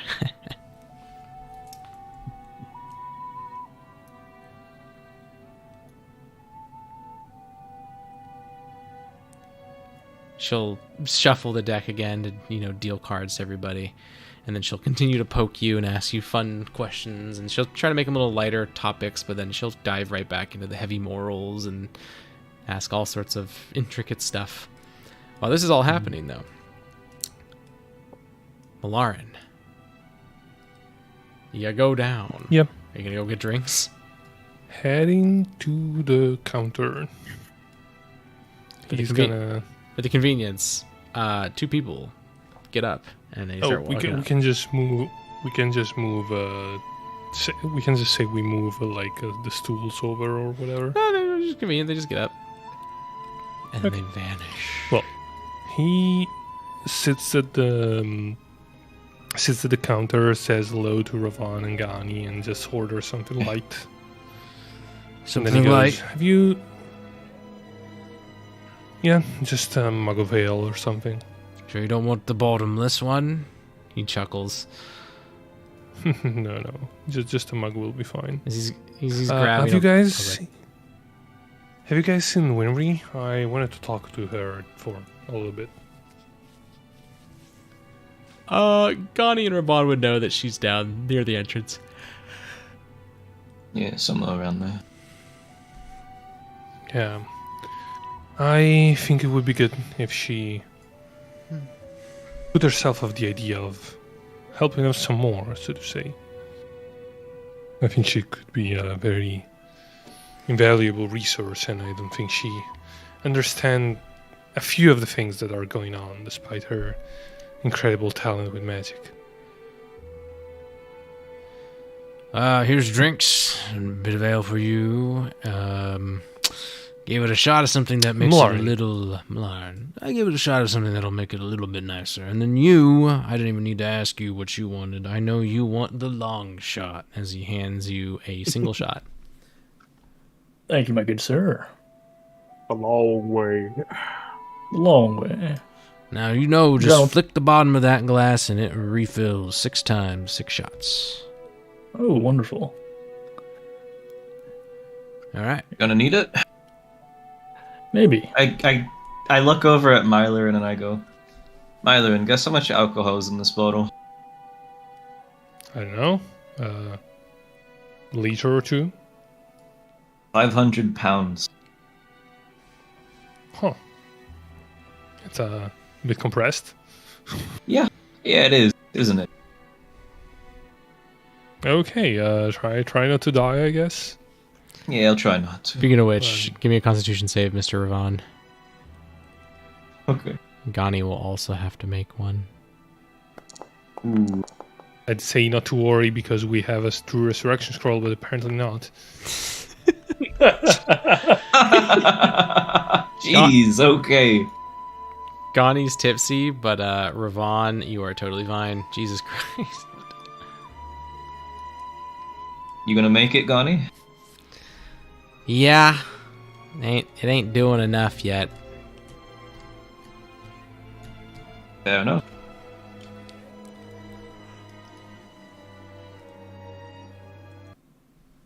All right. Lauren Oh, good.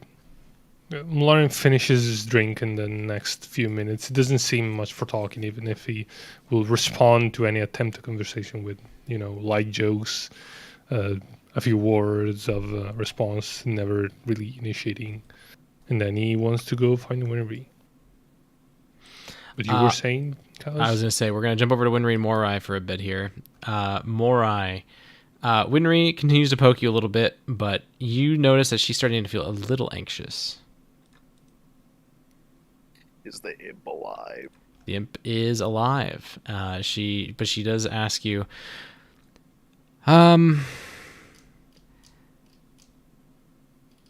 if things go weird, can you get your friend that was not able to chase that thing to at the very least be able to tell some other people that I might hire to handle this where to go? What? As in your friend followed him for 10 minutes or something in the sewers? I'm starting to worry that Reuven couldn't follow the trail. I mean, it's almost like I told you that's exactly how that would end up. But I guess we'll see when he gets here. As you say that, you get the ping from your familiar. I can see through it at this point. You see that the familiar is wounded and in the arms of Reuven, who is carrying them up through the sewer grate. And then they are quickly power walking over to the entrance. Is Reuben injured? No, Reuven seems fine.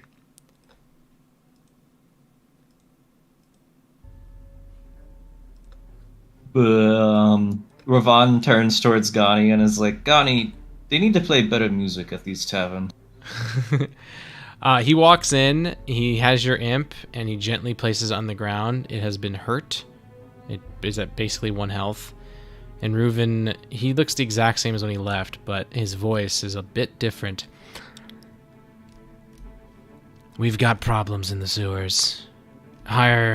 I'm going to be heading out. We're going to hire about 20 teams. We're clearing these sewers out right now. And what per se is in the sewers? Lots of things. First off, magical miscreants. We've also got some cultists of some sort. Also got some monsters and some creatures I've never seen before. I saw one and I started running.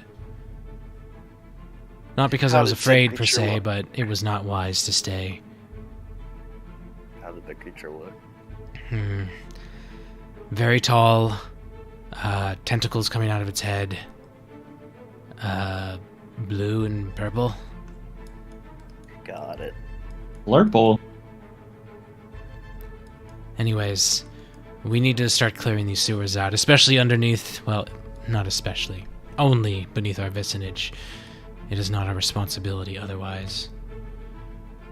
Anyways, Winry, this is a formal order. Get your establishment in order. Pause all dives. Get everybody you can. I want at least 10 parties under your wing. I'm going. We reconvene tomorrow morning to report our findings to everybody. Winry is completely serious and she just goes, yes, sir. He walks in. He seems to have Gani? somebody he needs to go talk to. Did Gani get her eye back yet? Not yet. Okay. But Lauren can hand it back whenever.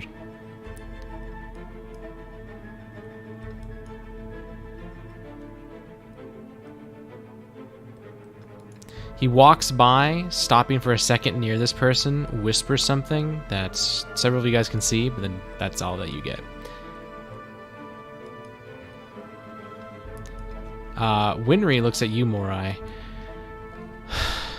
Well, sounds like you guys are on deck. You're one of them. Yup. All right. Get your group. Not only that, but I'm gonna have your friend, what was it, Ravon? Have them report to everybody before we send you all down there, so we have at least as much information as possible. Yeah, that's fine. And then she'll open the door. She'll shout out to the shield court. All right, we're done dealing with you. Like, seriously, get out or I'm going to call somebody that'll force you out. This little show's over. You can tell your boss you tried. You see a couple people sigh. You hear one person curse in Elvish. And then Winry goes, now get the fuck out of here. Sorry. I don't like to be that vulgar, but they weren't listening. Now, go get your friends.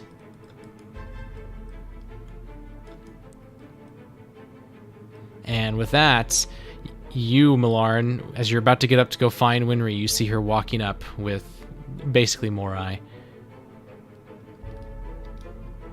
Basically, Morai is very threatening word.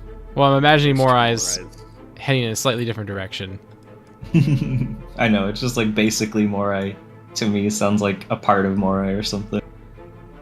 I don't know. Winry, Yeah? something happened? Yes, something is underway. Your squad, as well as I'm gonna scrounge up 9 other parties. Commands by Reuven, steward of the vicinage.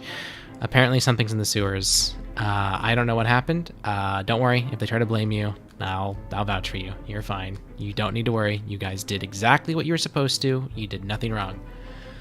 But I'm gonna have to deal with this. So we're sending 20 parties down into the sewers. We're gonna get 10 from here. Reuven's gonna go get more. Reuven's gonna give you guys an address, I think, before you guys dive. We're gonna want to have Ravon probably give some insight into what he found as well. You guys are leaving soon. Is it that bad that they need that many people? Reuven seems to think so. Yeah. What kind of thing does he see? Monsters, cultists. I don't know. I think it's less a matter of the threat. I think it's more a matter of that it's in the sewers and we weren't aware of it beforehand. And we need to search a giant area. I mean, come on, it's the Codex sewers. They span the whole city. They're huge. Very well. We'll Yeah, no. regroup and I know address you. the traffic. She pats your arm a little bit and goes, "Don't worry, you guys are gonna do fine." Yeah, I know we're gonna do fine. And for what it's worth, sorry to throw this at you when this is all going down, but you know how it is. Ventures, shit happens. Anyways, Yeah. and she starts raising her voice. It's like, all right. Oh, what were you gonna say before she goes? I need to talk to you in private. Right now? For a few. Can wait, but we need to talk sooner or later. Yeah. No, that's totally Possibly fine. sooner rather than later. All right, we'll do that after all of this is done. All right, that's easier for both of us, I think. Right. All right. Don't you forget, and don't kick the bucket down there. Not that I think you're going to. All right, and she starts shouting at a party. All right, you 4, scrounge up. I know you're together. Your dive is canceled. I'm so sorry. We'll schedule a dive tomorrow. I promise. And you hear some grumbles. And over the next 10 minutes, she's gonna scrounge up parties. While this is happening, what are you guys doing? I'll go get Haska and the others. Get ready. Resummoning my imp with more HP.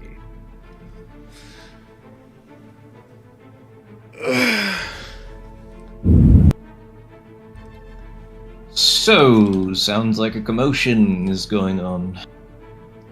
Yeah, we gotta go kill monsters average Tuesday. People are gonna die, what can you do? Oh, at least I get to feed my dagger a little more. Whatever.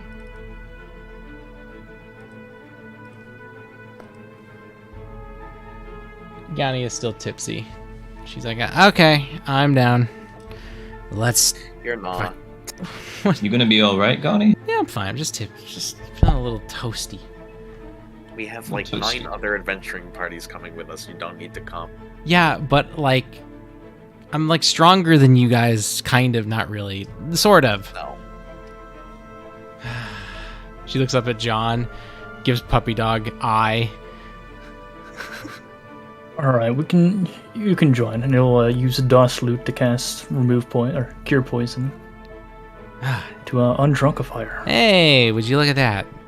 Don't do that We'll when just I'm need your having a eye good back. time, though, please. Yeah, it seemed like a good time, but yeah. All right. Well, how about I need to that? get my eye back. As you go upstairs, Oh, Malari would have given her back when he got to the. oh, okay, then she has her eye. To the counter. As you walk in, they're playing cards, and Iris stops talking to look up at you. Asuka, we're on. There are monsters in the sewer that we need to deal with. Asuka gives a silent nod as he sets down the cards, and then Both Call and Iris say Asuka at the same time, which is kind of funny, and they look at each other. And then Call will go first and say, come back in one piece, all right? of course, and he'll look at Max as he says that, like as if like it's like an obligation. And then Iris will say, remember that I told you. You might be the spear that shows them what hope is. And you're a man who does things with action. You got this. I believe in you. Also, will give a smile and starts to leave.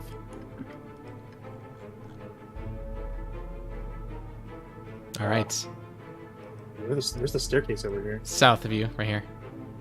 Oh, right.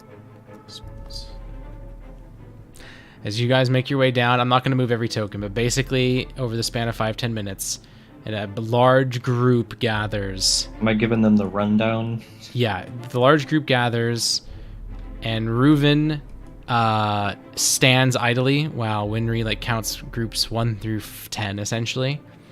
And this group does include, by the way, the little group that you were talking with before of 3, Bartholomew, Francis, and Mary. All right, real quick. Something foul is happening in the sewers. Some kind of monsters are being, I believe, summoned or made. Magical creations that, threat level's high. Not super high, but it's high. Not only that, but we have to scan the entire sewer underneath the vicinage. We are not reporting this to House Donna until we have cleared out our own vicinage. Can you describe this monster? Well, I saw some sort of gelatinous-like thing with a lot of seeds and bubbles. That seemed to be natural, but not from here. An export or an import of some creature from what I'm guessing is the Alliance. Also saw a creature that was pretty tall, 10 feet or so, tentacles coming out of its face. Blue, purple. Also, there was another thing, what looked to be like maybe a shark. I'm not sure. It was in the waters. I didn't mess with it. Point is, non-natives, invasive, and considering what's happening, it could be many things. You are all to go in there, and you are all to scout. I will be giving you specific quadrants. Well, we'll divvy it up. I'm going to get 10 more squads, so it's more like you're going to be handed about 5% of the sewer. We'll reconvene at 4 a.m. I want you to search these areas safely. If you encounter threats that you can't handle, retreat. You can have me or someone else come. And he'll look over at Equinox. We have capable hands today. You don't need to worry too much about the scuffles. We want information, and we need to know what's happening underneath this vicinage. And then she'll look over at Winry. Winry will be handling the pay. And Winry's mouth drops, It'll be a hefty sum. You, he It will points be towards No Ravon. problem. I want Yep. you to explain the path you took as best you can. We're going to be sending 3 teams there, including yours. Everyone else will be handed miscellaneous sections, hoping they find nothing. We want this entire sewer searched by sunrise. Oh, not sunrise, by morning. And you don't have to Very explain well. it in character if you don't want, but, he's basically Um, asking you to describe the path you followed and tracked him as best you can. Really quick, what is Winry doing? She's standing right Very besides nice. him, basically. No. Like, what is she going to be doing during the mission? She stays here. If you ask, we'll say some random person asks if Winry's going, and Winry will go, as much as I would love to, I need to keep watch on this place. Things are happening here. Everything's fine. Business is just as usual, but I can't leave. And Reuven will nod and say, believe me, Winry has to stay here. That is better for everyone. No, I understand. It's just, it's suspicious timing is all. I worry for her. She will be fine. I can promise you that. Very well. Yeah, I'll go ahead and explain all that happened. Like, I'll even tell them, like, the man's build that I was supposedly chasing and telling them there's no way this motherfucker could have been doing that. As you say that, one guy, a sailor, raises his hand and goes, oh, he's part of like one of the parties. He goes, oh, I know that man. Big beard, right? Trimmed hat? Yes. Oh, yeah. She stole a drink from someone about a month ago in one of the alleys here. And when the coppers came, he literally jumped on the walls and leapt 100 feet. He was gone in a flash. Fucking hell. That's... Oh. Curse this man. Thank you for that information. Hopefully I don't have to watch him jump 100 feet anytime soon. Hopefully not, Reuven says. If you do encounter this individual and you are not up to it, I highly recommend you defer to, and he won't say your party's name, but he'll nod towards you, them or my own group. All right, everyone, come. And he'll huddle you guys close, and he'll start writing in little pieces of paper, like little districts and little maps, and he starts handing them to everybody. You have your places. You have 5 minutes till we depart. Let's go. Very well.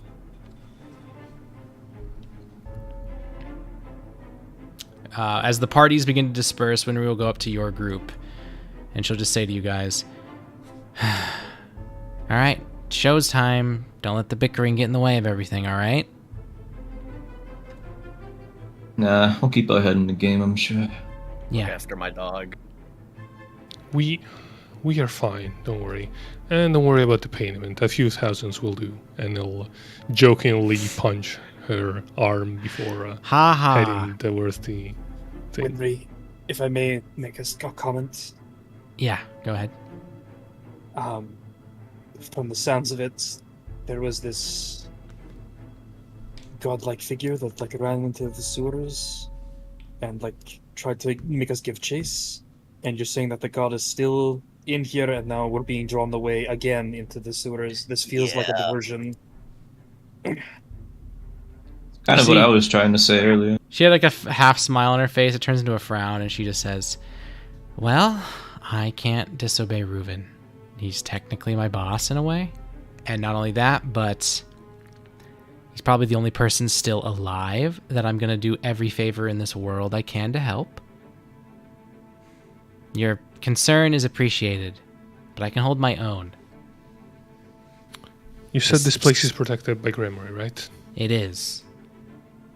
Well then, we trust that they won't do anything drastic, but worst come to worst, I don't know, give us a sending or something. She like puts a thumb, she pokes her chest with a thumb, like confidently, cockily even, and she goes, you're talking to Winry Forger. I'm like the prodigy of prodigies. I've risen from ashes you couldn't even understand. Morai snaps her fingers. You're dead. Oh, ha ha. Unfortunately, death flags don't exist in the real world. Instead, what I'll say is I'm going to be fine. I'm more worried about you guys, so don't do something stupid, okay? Very And well. I am going to say this. And she looks over her shoulders at Reuven, who's talking to a different group. Besides Reuven's group, you guys are going to be the second strongest, probably, if I had to guess. That means you actually have a responsibility to maybe solve this issue if it becomes one.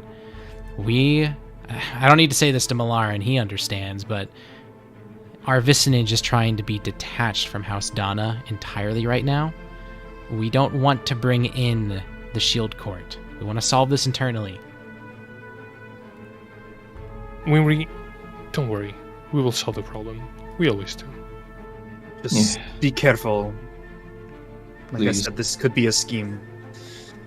I know you can handle your own, but this might be well planned in advance. Listen, not every one of you in this building are coming together, right? Like, half of you are going on this mission. The other half, I'm not to toot my own horn, but they'd probably throw their lives to protect me. They like me a lot. Not to mention, Snaps they her don't need fingers to. multiple times. Snaps multiple fingers at the same time.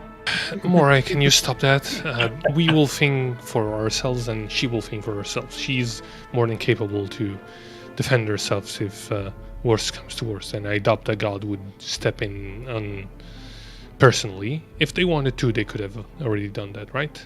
Yeah, well, let's be honest here. If a god wanted to blow anybody up, I'm pretty sure they just would have. Not to mention, who's to say this god's a bad person? I mean, statistically speaking, they're probably, just they don't care. But, I don't know. I'm pretty sure it's just Astrad being an asshole, but we'll see. Just look after my dog. That way when I get back, I'll know if you've been brainwormed or not. I will do that. And she grabs your dog, like, literally right then. All right. Showtime. Go. Yeah. And don't go through the Be window. safe. You can go through the front door. As many parties begin to leave. You don't have to move your tokens if you want to be lazy here, because you guys are with about 70 people, closer to 60 people, are going to be heading out. And Reuven takes you all to the sewer. You all go inside, and then he gives you one last little pep talk as he goes, reminder that things get dicey. You contact us. You retreat. This is mostly reconnaissance and fleshing out threats. Most of the threats should be not serious, but the threat is still high because of a chance. All right. Good hunting. And with that, Good hunting.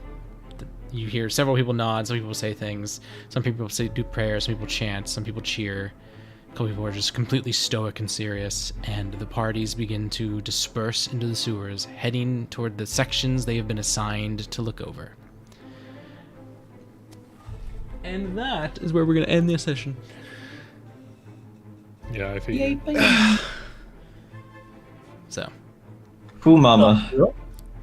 I have to make adjustments to some stuff for various reasons.